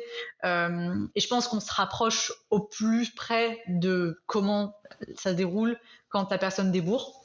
Et je pense que tout ça combiné, avoir un peu des témoignages de bouche à oreille, aller voir comment la personne bosse, échanger avec, avoir un feeling aussi, parce qu'il faut aussi croire un petit peu son instinct. Il y a des fois où on perçoit tout de suite que la personne, on va être en confiance ou pas. Tout ça mélangé, c'est ça qui fait qu'on arrive à choisir un pro qui nous convient à nous. Moi, je vais avoir une façon de bosser qui sera peut-être un tout petit peu différente d'un collègue, mais il y a des clients qui vont se retrouver vachement mieux avec mon collègue, alors que la différence est faible, mais ils se sentent juste mieux avec mon collègue. Donc, parfait, en fait, il faut y aller, quoi. Mais il faut combiner tout ça. Voir la personne en vrai, discuter avec et un peu vérifier le bouche à oreille ce que ça dit un petit peu sur le terrain. Mais je peux pas répondre il faut qu'il utilise du renforcement positif ou pas, quoi. Ça je peux pas le dire parce que en vrai, je connais plein de gens qui travaillent et qui débourrent sans renforcement positif et qui font ça hyper bien et les chevaux sont trop bien. Et il y a plein de gens qui font ça full renforcement positif et où les chevaux ça sort pas bien non plus. Donc c'est très compliqué de donner des critères archi concrets. Parce que je pense que c'est personnel, c'est vraiment personnel. C'est une réponse qui me va très bien. Je pense que les étapes, elles sont claires. Je pense que pour moi, il faut mener un peu l'enquête. Effectivement, faut pas juste se dire c'est quoi le premier pro. Et après, ce que j'ai toujours tendance à dire, et parce que je le crois profondément, c'est qu'avant de commencer tout ça, il faut se poser la question de qu'est-ce qui est important pour nous. Tout à fait. Parce qu'en fait, on a aussi chacun des fois nos petites lubies. Mais complètement, mais totalement. C'est vrai, ouais. Et où on sait que nous on fonctionne comme ça et que si la personne en face c'est pas possible pour elle de fonctionner comme ça, ça va pas le faire et que du coup comme tu l'as dit c'est une relation tripartite d'une certaine manière où pendant un certain temps en fait on va fréquenter notre cheval à travers le prisme d'une personne. Moi par exemple la communication c'est méga important, c'est-à-dire que tu me mets le meilleur des pros qui ne m'inclut pas dans sa conversation. je vais pas y arriver. Je comprends tout à fait. Parce que moi, je me pose 1000 questions à la seconde. Bien sûr. Donc j'ai besoin que la personne elle t'inclut, quoi. Voilà, moi, j'ai besoin de la personne comme toi qui va me faire un voicemail à la fin. Tout à fait. Mais je comprends tout à fait. Et il y a des gens, ils s'en foutent. Et il y a des gens qui s'en foutent. Et c'est OK. Tout à fait. Et c'est OK. Mais du coup, il faut toujours se poser la question de qu'est-ce qui est important pour soi. On parle beaucoup de méthodes en ce moment et de il faut faire comme ci, il faut faire comme ça, etc. Il y a des gens qui font très mal ces méthodes. Mais oui. Du coup, est-ce que c'est bien pour autant? Pas forcément. Et puis après, ça va m'amener sur ma prochaine question, qui est un peu comment, en tant que professionnel, on doit juger de jusqu'où on emmène le cheval, parce qu'on a parlé de c'est quoi un cheval débourré, mais derrière, il y a des fois, il y a des gens, on connaît leur projet et on sait que il y a des choses qu'on va peut-être inclure ou pas dans ce débourrage qui vont être un peu plus que juste avoir un cheval à l'aise aux 3 allures, bien dans sa tête. Je pense que la première chose à distinguer, c'est qu'il y a une différence que pas mal de proprios font pas toujours entre le débourrage en tant que tel, qui pour moi est toute l'étape de mise en selle et de mise en cavalier, si j'ose dire, du cheval. C'est très différent de l'éducation au futur métier qu'on réserve au cheval.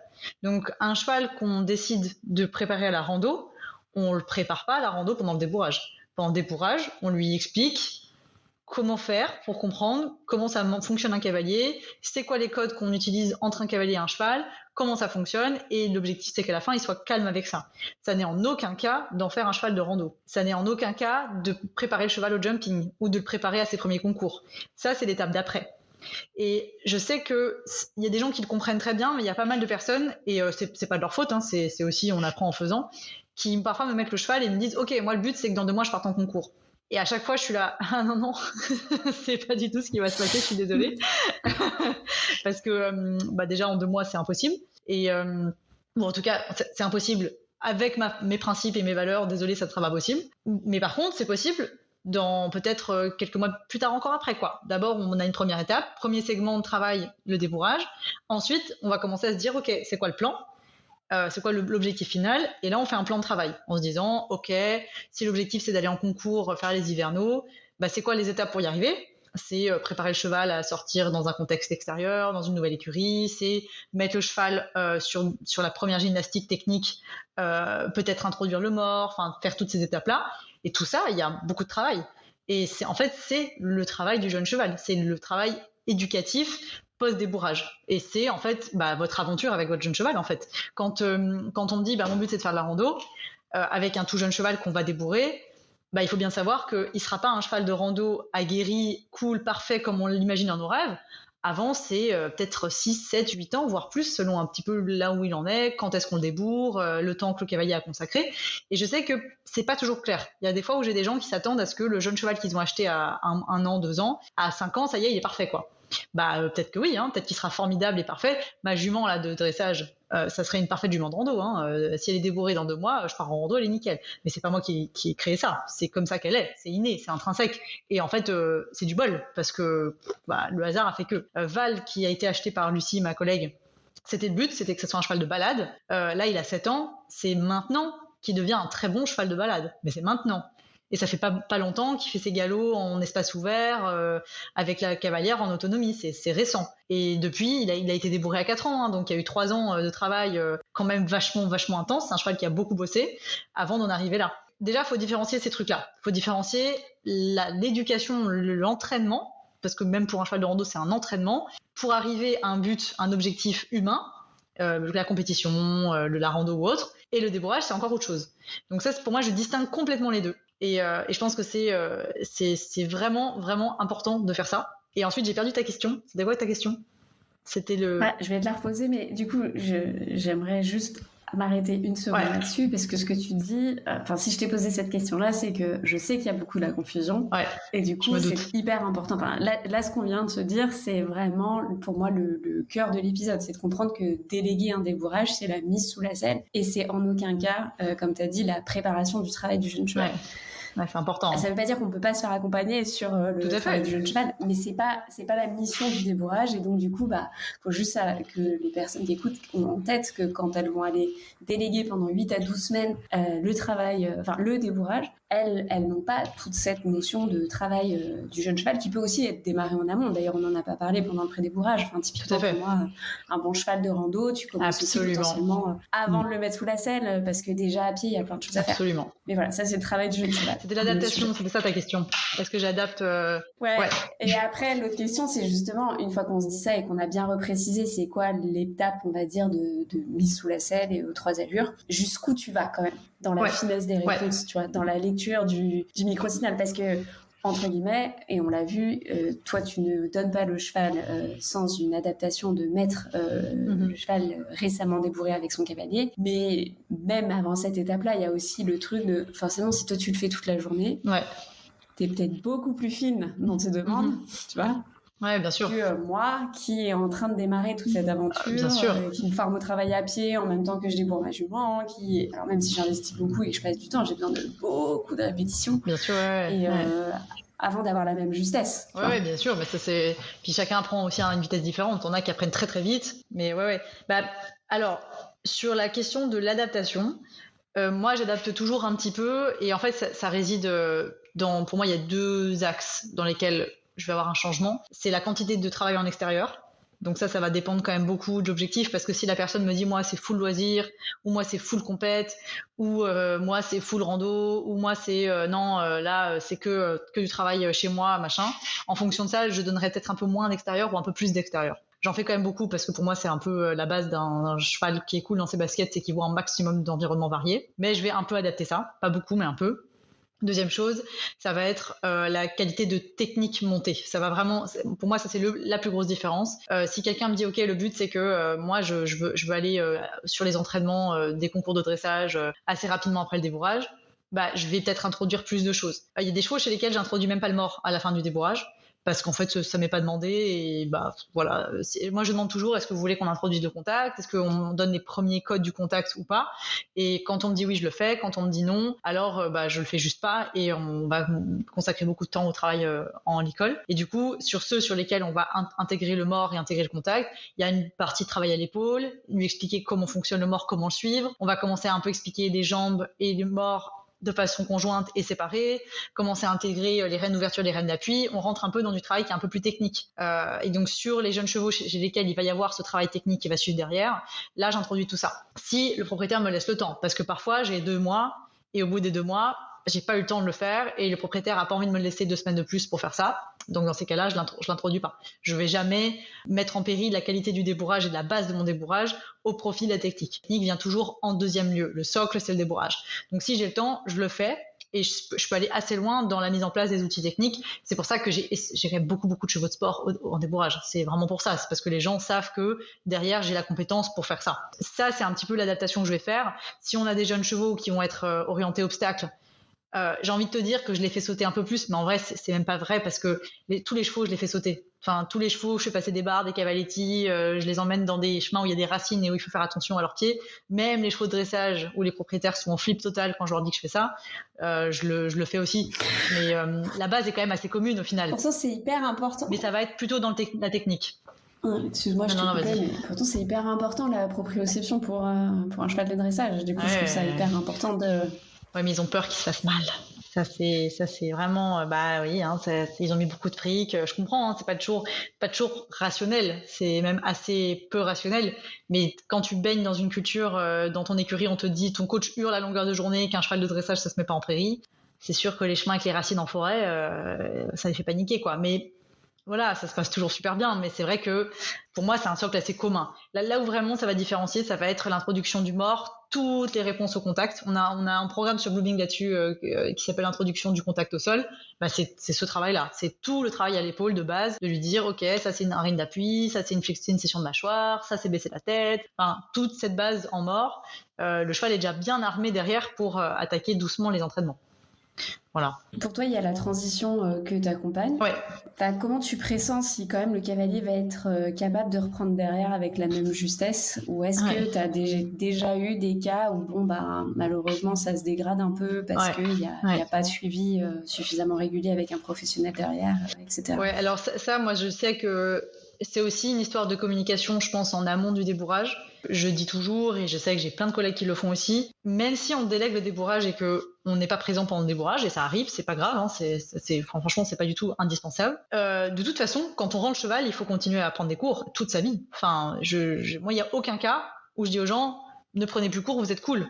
Non, prenez toujours cours en fait, parce que même si vous voulez pas spécialement avancer, quand on prend plus cours ou qu'on n'a pas un suivi régulier de quelqu'un d'extérieur, et moi je parle pour moi la première, hein, moi ça me fait du bien de temps en temps d'avoir quelqu'un qui me dit ah ok, par contre fais attention à ça, attends t'as vu la télé un peu vite, ou dans mes stratégies montées, mon coach, j'ai besoin qu'il vienne me voir, j'ai besoin qu'il me remette dans les rails régulièrement. Parce que quand on est tout seul, on perd du recul, peut-être qu'on régresse un petit peu, on s'en rend pas compte. Ça fait du bien. C'est toujours bien d'avoir un regard frais, même si c'est une fois tous les 2 mois, tous les 3 mois, même si c'est pas tout très régulier. De toute façon, pour moi, c'est pas une option d'être propriétaire, de vouloir monter, travailler son cheval et de ne jamais prendre cours. Enfin voilà, pour moi, c'est pas une option. Même si on prend peu cours, le faire régulièrement, c'est toujours important pour vérifier qu'on est toujours dans le bon axe, qu'on est toujours avoir un regard frais.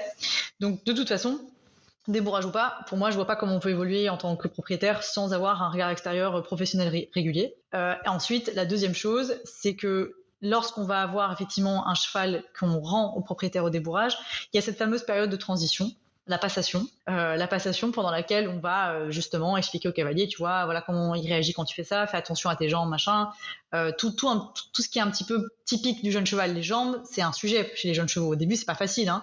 C'est quand même très compliqué de comprendre comment ça fonctionne, donc on explique un peu comment ça se passe, montrer comment ça se passe quand ça bloque. Toute cette passation-là, elle va être très importante, mais en fait, pour moi, la passation, elle est indispensable, mais elle ne se suffit pas à elle-même. C'est partie du travail en autonomie du cavalier. Quand il va rentrer à la maison, selon effectivement le niveau, moi je sais que si j'ai un cavalier où je vois que le niveau est un peu juste, je vais clairement lui conseiller, si c'est pas moi, de faire venir tel ou tel pro tous les mois, tous les 2 mois, toutes les semaines, peut-être pendant une petite période toutes les semaines, puis une autre période ça sera tous les mois, juste pour avoir ce suivi au moment de la fin de débourrage, vérifier que tout le monde fonctionne bien, que tout va bien, et contrecarrer d'éventuels problèmes qui pourraient être un peu dangereux. Ça, je vais le faire quand je sens que le niveau est un peu juste. Quand le niveau est un peu meilleur et que je vois que ça se passe bien aussi, parce que parfois, il y a des jeunes chevaux, en fait, le niveau est pas forcément excellent, mais le cheval, ça se passe bien, il est bien dans ses baskets, il est cool, il est tolérant avec la personne. Du coup, dans ces cas-là, je vais peut-être conseiller un peu moins de suivi, simplement parce que le cheval est cool. Enfin, je dis pas que tout est dû au cheval, mais juste certains cas, il y a des chevaux qui sont intolérants, qui supportent pas la moindre erreur de leur cavalier alors que la personne est très bonne. Là, effectivement, il y aura pas le choix d'avoir un pro régulièrement. Et c'est pas contre la personne, c'est juste que son cheval l'exige. Et donc, ça va être du cas par cas.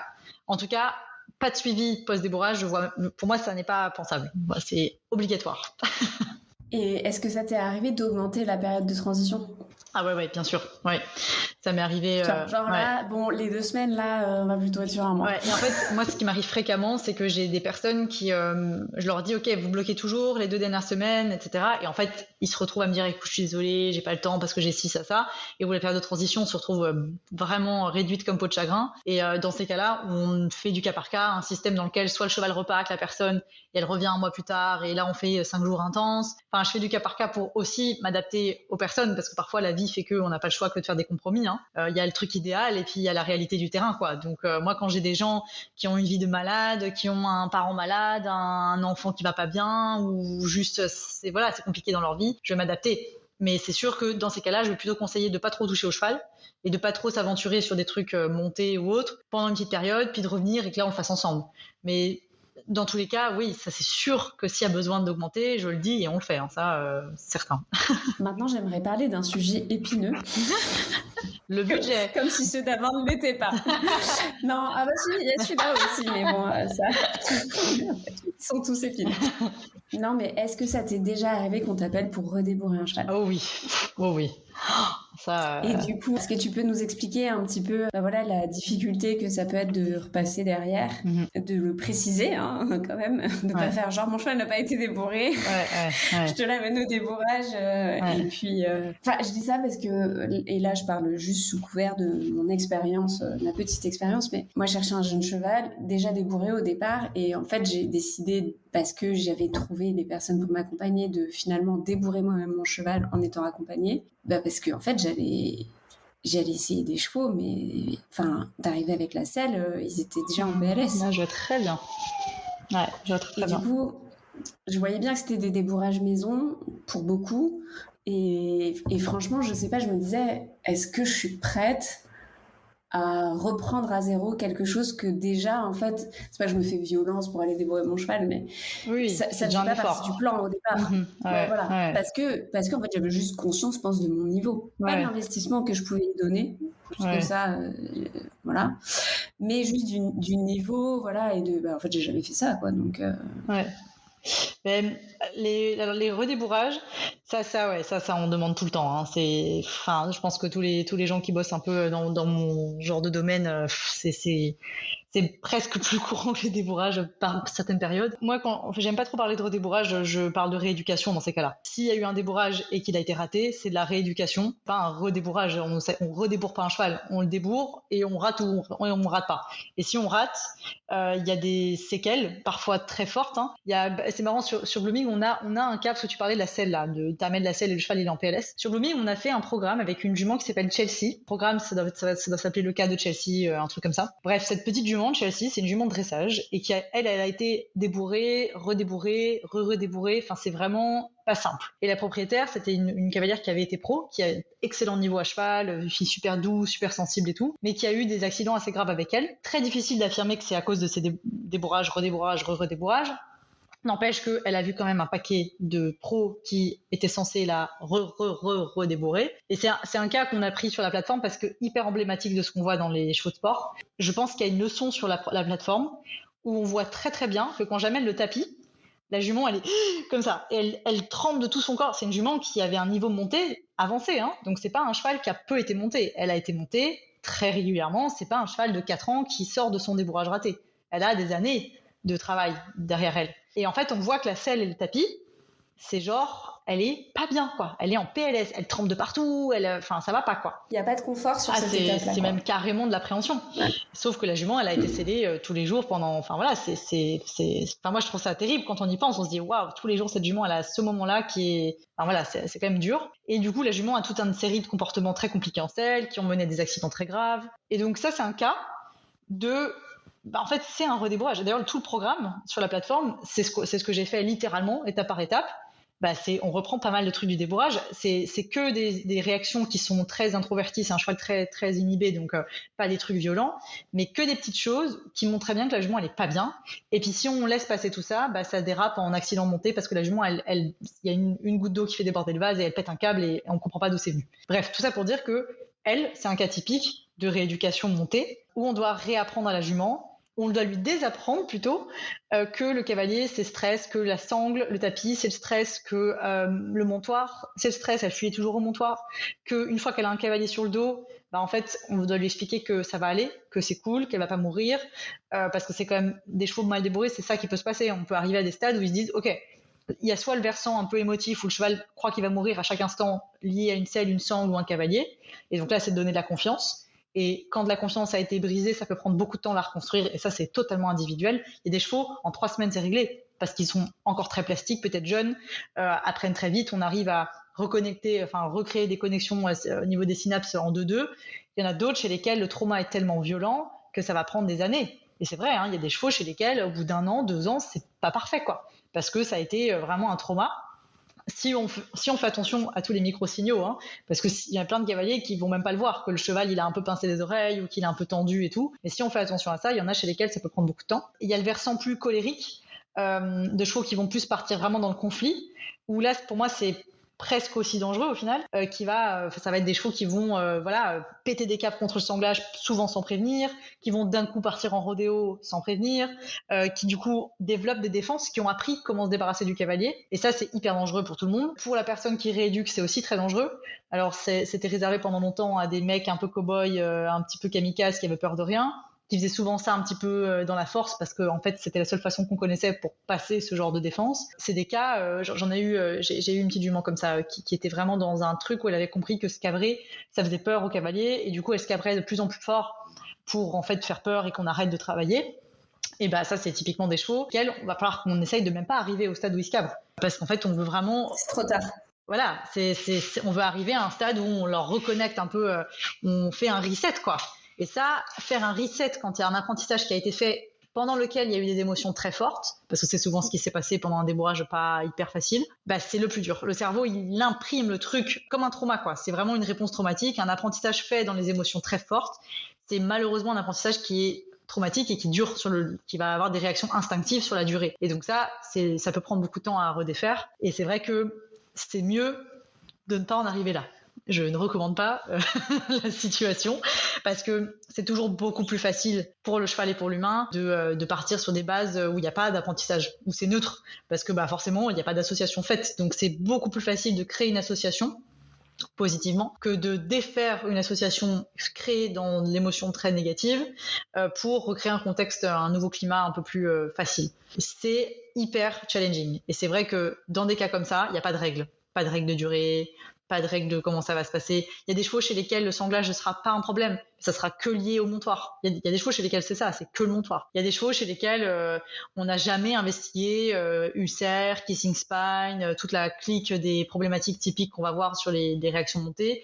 Et parfois, il suffit juste de faire ça et on se rend compte que c'était même pas un problème de débourrage, mais peut-être juste un problème de santé et que le pro qui a fait le débourrage, il n'y a pas forcément pensé. C'est un sacré chantier, quoi. La rééducation montée, c'est un sacré chantier. Avec tout ce que tu viens de dire, on se doute que du coup, on recommande de ne pas se lancer seul dans une rééducation. Ouais, c'est rééducation seule, c'est pire que le débourrage seul presque. Hein. Franchement, la rééducation. Après, évidemment, il y a des chevaux où on va avoir des petites problématiques. Il y a pas, enfin là, je parle beaucoup des choses qui sont très spectaculaires, mais il y a beaucoup de débourrages qui sont pas nécessairement ratés en tant que tels. Où voilà, le cheval est quand même relativement confortable avec le cavalier et tout, où tout ce qui est ajusté, c'est des petites choses. D'ailleurs, j'ai envie de dire, les 3/4 des chevaux de sport actuels, quand ils ont été débourrés, c'est un peu ce qui se passe. Ils sortent de là, ok, plutôt dans la tolérance que dans l'acceptation, mais ça reste ok. Et en fait, quand ces chevaux-là ou ces cavaliers-là vont aller se tourner vers des pros type éducateurs, il y aura des petites tensions, quoi, des petites choses qu'il faudra défaire, mais c'est finalement une forme de rééducation, parce que pour moi, ça devrait même pas arriver pendant le débourrage, mais ça, c'est un point de vue, hein, ça ne reste qu'un point de vue. Mais là, du coup, on est déjà finalement dans un peu de rééducation. Les chevaux qui partent comme des fusées au montoir, pour moi, c'est déjà de la rééducation, parce que ça n'aurait pas dû arriver dès le débourrage. Ça plaît pas du tout aux cavaliers de sport quand je dis ça, mais c'est vrai, ça devrait pas arriver dès le débourrage. On devrait leur apprendre que c'est cool de rester posé là, attendre, sa friandise, que le cavalier se pose, que le cavalier tente d'ajuster ses étriers sans que ça soit la fuite. Finalement, il y a plein de cas où on est déjà un peu dans la rééducation quand on est éducateur et qu'on rencontre des cavaliers de ce style-là, alors qu'en fait, le débourrage, c'est relativement, selon les critères de la personne, bien passé, où il n'y a pas eu de trauma. Voilà, il n'y a pas eu d'accident, il n'y a pas eu de violence, il n'y a pas eu de conflit de dingue, mais on peut pas dire que le cheval accepte à 200%. Dans ces cas-ci, je pense que quand on a déjà un bon niveau de travail au sol, réajuster un montoir pendant lequel le cheval bouge un peu, c'est totalement abordable par plein de personnes en autonomie. Mais c'est sûr que c'est pas la même chose que le cheval qui a appris à virer son cavalier par inconfort au débourrage, quoi. Donc, ouais. Ça dépend aussi du cas, quoi. Ou à cabrer et à mettre le pied sur la longe pour être sûr que... Ouais. Ouais, voilà, ça c'est... Alors, revenons à la dernière question épineuse. Le prix. Le budget. Le budget, non, mais après, bien sûr que je sais déjà ce que tu vas me dire, il y a de tout, etc. Mais bon, imaginons quelqu'un qui n'a jamais fait ça, c'est très difficile pour lui de se dire, ok, en fait, c'est quoi les fourchettes? Et puis peut-être qu'il y a aussi, en fait, juste de dire, ben, en fait, si c'est moins de ça, il faut vraiment se poser des questions. Ouais, non, mais il y a ça aussi, c'est-à-dire qu'il y a, bien sûr que chacun va y mettre son prix par rapport à l'exigence qu'il y met.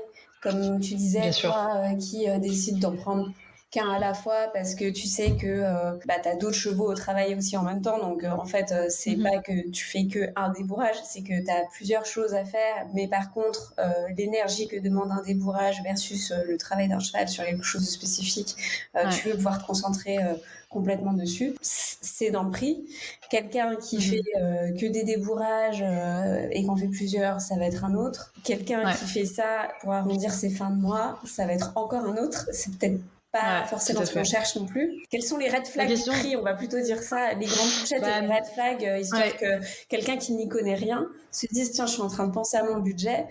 En fait, est-ce que j'achète un cheval de 10 ans plus cher, ou est-ce que j'achète un jeune cheval, mais qu'en fait, il faut que je sorte 4 à 5 000 balles pour son débourrage, quoi. Moi, c'est un de mes grands combats auprès de mes collègues, c'est que les pros dans le cheval, il y a un vrai problème d'esprit business. C'est-à-dire qu'il y a plein de pros qui, je peux même plus dire qu'ils se sous-payent. C'est un stade où ils touchent 5 € net de l'heure, ils sont contents, quoi. Et ça, pour moi, il y a un vrai problème de ce côté-là dans le cheval. On a, surtout en France, hein, c'est particulièrement fort en France. Moi, je suis française, mais expatriée en Belgique depuis une dizaine d'années. Et je vois bien qu'il y a une grosse différence dans la façon dont on aborde le business en tant que pro dans le cheval ici par rapport à la France. Et en France, moi, j'ai quand même vu des pros qui sont excellents, mais vraiment excellents, qui demandent 400 € pour un débourrage complet, quoi. Moi, ça me fait halluciner, quoi. Où je suis là, mais les gars, vous excusez de vous faire payer, en fait. Et ça, je l'ai vu de façon super récurrente. Du coup, aujourd'hui, pour moi, il y a malheureusement pas de corrélation entre le budget et la compétence d'une personne. Il y a des gens qui, effectivement, c'est vrai, j'ai envie de dire spontanément, si quelqu'un demande 400 € pour un débourrage complet, attention, red flag. Le problème, c'est que ça serait pas totalement vrai, parce que j'ai plein d'exemples en tête de personnes qui demandent ce budget-là et qui font un travail équivalent à des personnes qui vont demander 2000 € pour un débourrage complet. Donc c'est super compliqué de donner vraiment, d'affirmer quoi que ce soit là-dessus. C'est malheureusement... on doit faire attention que ça soit pas trop un critère pour le propriétaire. C'est très facile à dire, hein, parce que c'est forcément un critère. Mais en vrai, il y a des pros, puis ça dépend aussi des régions, hein. Je disais la Belgique, par exemple, c'est connu dans le marché que la Belgique, c'est un pays qui est plus cher pour tout.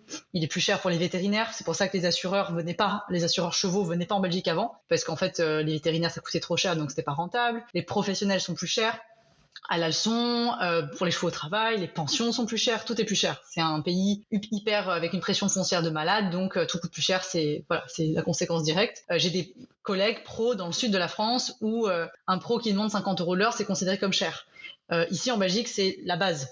C'est genre la base. Sous 50 €, en fait, en tant qu'indépendant, on gagne pas notre vie. Je ne sais pas comment c'est possible. Même en France, hein, on gagne pas sa vie en dessous 50 €. C'est juste la culture. Mais bon. Voilà, c'est pour ça que je dis qu'il y a une culture, un rapport au fait de se faire payer qui est un petit peu bancal et pas durable. Et je pense que c'est pour ça qu'il y a pas mal de pros qui partent un peu en live mentalement. C'est qu'à un moment, il faut quand même vivre, en fait. Pouvoir payer pour les factures de ses chevaux, par exemple, c'est pas mal. Mais donc, pour moi, il y a ce problème-là qui fait que c'est très dur de donner des fourchettes. Mais je pense que si on se dit, OK, on aimerait avoir un pro qui est équilibré dans sa façon de travailler, dans sa façon de se faire payer aussi, à un minimum, je pense que c'est à peu près normal de payer un débourrage entre 1000 et 2000 €. C'est pas du tout choquant.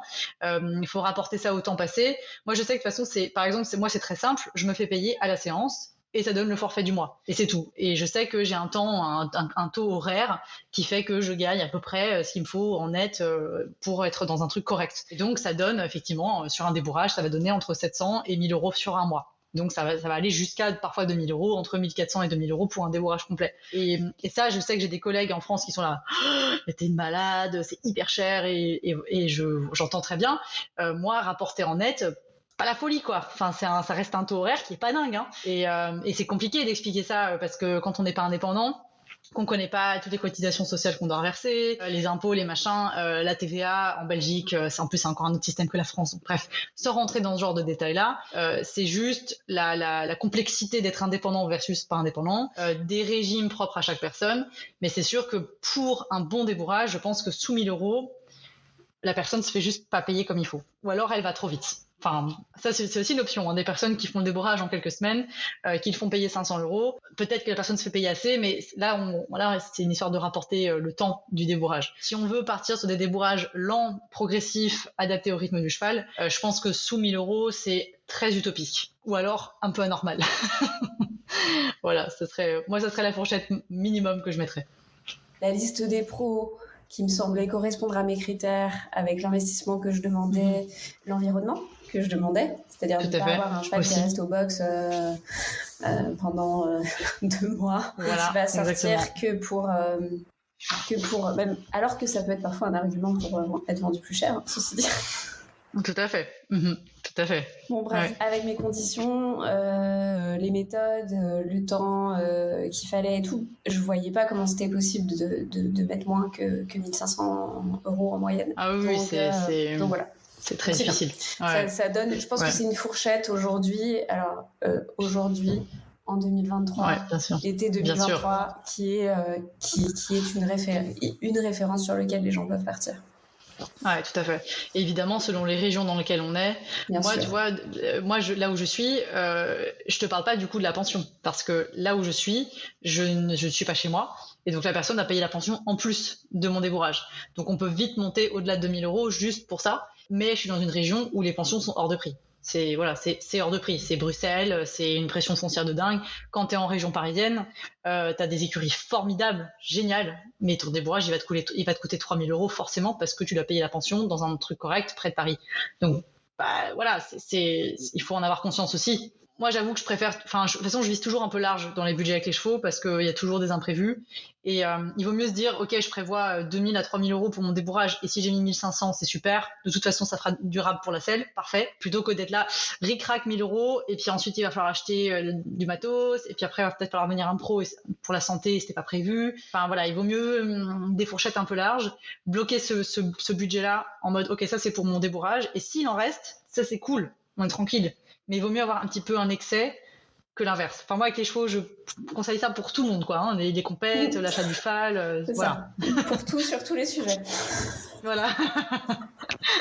Exactement. Je pense qu'on a fait le tour et on s'est parlé de beaucoup de choses. Je pense qu'on a donné beaucoup de clés et surtout permis, on va dire, aux auditeurs et auditrices de se dire qu'est-ce qui est important pour moi et quelles sont les questions que je dois me poser pour savoir qu'est-ce que je fais si je prends un jeune cheval et que du coup je me lance ou pas dans le débourrage. J'ai envie de dire, pour finir, on en a parlé un petit peu, je sais que tu es en train de préparer donc un programme sur Blooming sur le débourrage de Gyoza. Tu veux nous en parler un petit peu, faire un petit teasing de ce qui arrive, parce que je pense que ça peut intéresser les gens pour les aider aussi à tout simplement à comprendre ce qui se joue pour un professionnel dans cette étape-là. Avec son propre cheval. Exactement, tout le challenge. Alors en gros, donc sur la plateforme, on en a parlé, on a un programme Jeune Cheval, qui est un programme vraiment pédagogique à visée éducative. Voilà, on veut juste que la personne qui visionne ce programme comprenne toutes les étapes, tout ce qui est nécessaire, tous les prérequis et tout le déroulement d'un débourrage. Je l'estime fait correctement, j'espère fait correctement. Donc on a ce programme-là et nous en fait donc j'ai cette jeune jument que j'ai achetée il y a 2 ans, jeune jument de dressage, gros projet de vie pour moi. Enfin vraiment c'est un truc que j'ai jamais fait, j'ai jamais acheté un cheval ce prix-là, j'ai jamais eu un cheval de sport à moi. J'ai beaucoup de rêves, beaucoup d'envie, j'ai plein de choses qui sont un peu encapsulées par ce cheval-là. Et du coup on s'est un petit peu concerté avec l'équipe de Blooming. Et c'est qu'on réussit à me convaincre de tourner un programme dans lequel je vais un petit peu m'exposer. Ça me plaît pas, j'adore pas ça, mais c'est vrai que je me dis, en tant que propriétaire, j'aurais aimé voir ça. Donc du coup, l'idée, c'est de faire un programme dans lequel on va suivre justement toutes les étapes du débourrage de ma jument. Et ça va être très différent de ce qu'on a déjà fait parce que là, le but, c'est vraiment de parler d'un point de vue non seulement 360, toute la gestion autour du débourrage. Donc on parle pas que de l'éducation, on va en parler un petit peu, mais finalement, le centre, c'est pas l'éducation, c'est vraiment toute l'aventure du débourrage de Gyoza dans ses grandes lignes et dans sa gestion 360, les pros qui vont intervenir, la partie physique, comment est-ce qu'on gère ces déséquilibres dans son corps, comment les pros qui interviennent m'expliquent à quoi faire attention. Par exemple, il y a un pro qui va me dire de faire attention à manipuler plus à droite pour rééquilibrer ses épaules, enfin plein de choses comme ça. Et aussi beaucoup parler de moi, mon cheminement émotionnel autour de ça, parce que voilà, c'est pas neutre du tout pour moi, c'est même hyper chargé en émotions. C'est un cheval que j'adore, je la trouve magnifique, j'ai plein de rêves avec elle.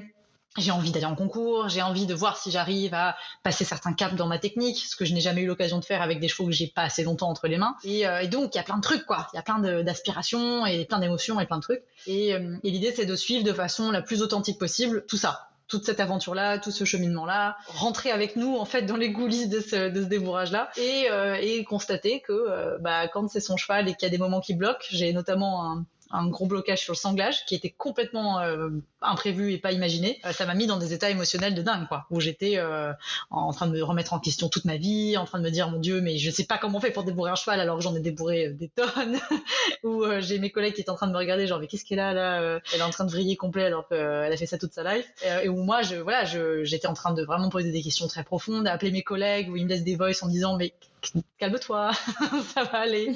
Mais comme t'es mon cheval, voilà, et qui a toutes ces aspirations que j'ai avec, qui vont au-delà du perso, c'est aussi du pro. C'est moi, quand je vais être vue sur les terrains de concours, comment je vais être perçue, est-ce qu'on va me juger, parce que je suis toujours un peu rangée dans la catégorie la meuf qui fait de l'étololo là, et vaguement un petit peu du sport, et moi j'ai plus envie d'être là-dedans, j'ai envie de vraiment montrer que je sais faire du sport. Tous ces trucs là sont projetés, et on va vraiment montrer ça en mode suivi un peu quotidien, un peu backstage de tout ça. Et on aura, à mon avis, en août, on aura sorti la première saison. On va le faire en saison. Et l'idée, c'est de suivre un peu tout le parcours de Diosa, ses premières mises en travail un peu plus gymnastique, les premières sorties en extérieur, comment on gère ça, comment on va l'éduquer, la préparer au concours. Vraiment le suivi d'un cheval de sport depuis son débourrage jusqu'à où il voudra bien aller. Voilà. Trop chouette. L'épisode sortant en août, je mettrai le lien du coup directement vers le programme. Mais du coup, je trouve que c'est intéressant de finir là-dessus parce que ça permet de reboucler sur en fait les thèmes qu'on a évoqués en démarrant l'épisode, qui sont qu'est-ce qui se joue pour l'humain en fait sur cette étape méga importante, et de montrer que quand on est pro, que c'est pas son cheval, tu l'as dit, il y a quand même de l'attachement à vouloir bien faire, mais il y a toute cette projection émotionnelle. Ouais. Toi, t'es pro, c'est encore différent. Il y a une notion d'investissement aussi, de carrière, etc. Après, pas toujours, parce qu'il y a aussi des amateurs, c'est pas leur métier, mais néanmoins, il y a quand même cet investissement financier, de temps, d'énergie, de absolument, totalement. J'ai envie d'avoir un objectif sportif et de l'atteindre, et il n'y a pas à juger de ça en plus. Et du coup, je trouve ça trop cool que vous fassiez ce programme, parce que en fait, c'est du vivant, on est du vivant, les chevaux sont du vivant, il y a des humains, il y a tout ça qui se mélange. Donc, moi, j'ai hâte. Tout à fait. Et l'idée, c'est de dédramatiser un peu les situations compliquées, en disant, en fait, on est tous concernés.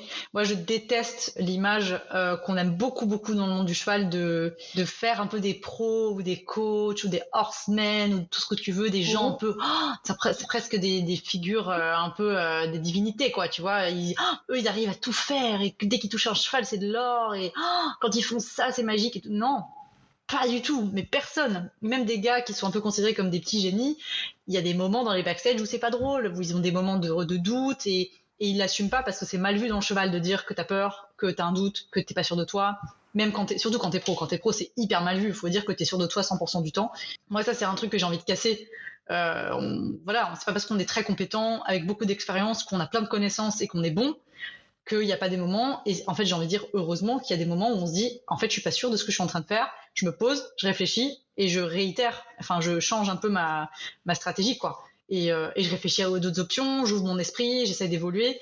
Voilà, moi, cette figure du pro parfait, merveilleux, génie, qui a un don, je l'aime pas du tout. Je l'aime pas, je trouve qu'elle retire du pouvoir et de la possibilité aux gens normaux. Ça retire du potentiel, alors que pas du tout. Et en plus, ça élève des gens pros à des statuts qu'ils ne méritent pas. Et on leur donne du coup de l'influence, et on donne trop de crédit à ce qu'ils disent, et on les prend trop au sérieux, et parfois on manque d'esprit critique vis-à-vis de ces personnes-là à cause de ça. Et du coup, c'est aussi ça, ce programme, c'est normaliser des choses normales, voilà, de dire qu'un cheval qu'on débourre avec, quand on est pro, enfin moi je connais pas un pro dans le sport qui s'est pas grave pris la tête parce que le cheval sortait pas l'épaule en dedans comme il voulait. Et en fait, au lieu de le vivre, de l'exprimer et de le dire, c'est des gens qui vont péter des câbles sur des chevaux et qui vont lâcher leur frustration dessus parce qu'ils n'ont pas été capables de s'asseoir après la séance et de dire là je suis pas sûre de moi, là je sais pas où j'en suis, j'ai besoin que quelqu'un m'aide, tout simplement. Et le fait de pas l'avoir fait que le cheval en a pris plein la gueule derrière. Et ça, c'est, je trouve, un peu symptomatique du monde du cheval, et ça je trouve qu'il faut que ça change pour les chevaux et pour les gens aussi, pour que les gens se sentent à l'aise de dire les choses normales, quoi. Des émotions fortes quand on est dans le cheval, c'est archi normal, c'est même, j'ai envie de dire, les animaux, ça attire quand même des populations de personnes sensibles, émotives, qui ont des choses à régler, c'est sûr, en partie, mais qui ont aussi une sensibilité propre, forte. Et donc c'est complètement normal de vivre des émotions fortes, et qu'on soit pro, pas pro, spécialiste de tel truc ou pas. Et c'est aussi le but de ce programme-là, c'est de rendre un peu ça plus normal, en fait, et pas de rendre les choses un peu mystiques. Telle personne a un don, non, quoi. C'est juste du travail et de l'apprentissage, de la remise en question. C'est tout. Tu es l'image de l'homme qui murmure à l'oreille des chevaux. Ouais, c'est ça. C'est du travail, et c'est beaucoup de. Voilà. En fait, c'est du travail et beaucoup d'investissement. Voilà. Absolument. Et tout le monde peut y accéder. Trop bien. Ce sera le mot de la fin. Parfait. Super. Pardon, j'ai perdu mon écouteur. Et ce sera ça le mot de la fin. Voilà. Merci Pauline, merci de ton temps. Merci beaucoup. Et merci surtout de l'honnêteté de tes échanges. On peut donc te retrouver sur la plateforme Blooming Riders, pour ceux qui ne l'auraient pas encore compris. Je remettrai les liens. Te retrouver dans le programme avec Diosa. Je crois que tu redonnes quelques stages un petit peu là. Non, j'avais vu des possibilités de stages à Nantes ou de ça. J'ai donné stage dans le sud et là on fait 2 démonstrations commentées. On fait une démonstration jeunes chevaux, thématique jeunes chevaux fin mi-juillet en Belgique avec Val et Diosa justement. Donc dans l'objectif de parler de comment est-ce qu'on démarre la préparation à la compétition. C'est vraiment le tout début. Et on fait une démonstration avec Val fin septembre aussi en Belgique sur justement la première sortie en extérieur et comment est-ce qu'on gère ça avec un jeune cheval. Voilà. Trop bien. Voilà. Tous les liens, on peut les retrouver où pour assister à ça? Tout est sur Blooming. Tout est sur Blooming. On doit avoir les événements qui sont liés à la page sur Facebook et sur Instagram. De toute façon, on communique très régulièrement là-dessus. Donc, tout est sur l'Insta de Blooming. En général, il y a tout qui est communiqué là. Voilà. Super. Merci beaucoup. Merci à toi pour l'accueil. Merci d'être arrivé jusqu'au bout de cet épisode. J'espère que cet échange vous aura permis d'ouvrir votre regard sur le débourrage par un professionnel. En description de l'épisode, vous retrouverez du coup le bonus avec les red flags du débourrage raté. Vous retrouverez aussi le lien Blooming Riders pour la série sur Diosa et les coordonnées de Pauline sur son compte Instagram si vous souhaitez la joindre pour un débourrage. Si vous avez aimé tout particulièrement cet échange, n'hésitez pas à être généreux et à laisser un commentaire sur Apple Podcast ou Spotify, mais aussi une note 5 étoiles. Ma boîte à MP est ouverte bien évidemment si vous souhaitez me faire un feedback. J'en profite donc pour vous rappeler que vous pouvez suivre le quotidien d'Iggy et moi sur Instagram et TikTok @iggy.journal. Merci de votre écoute et à très bientôt.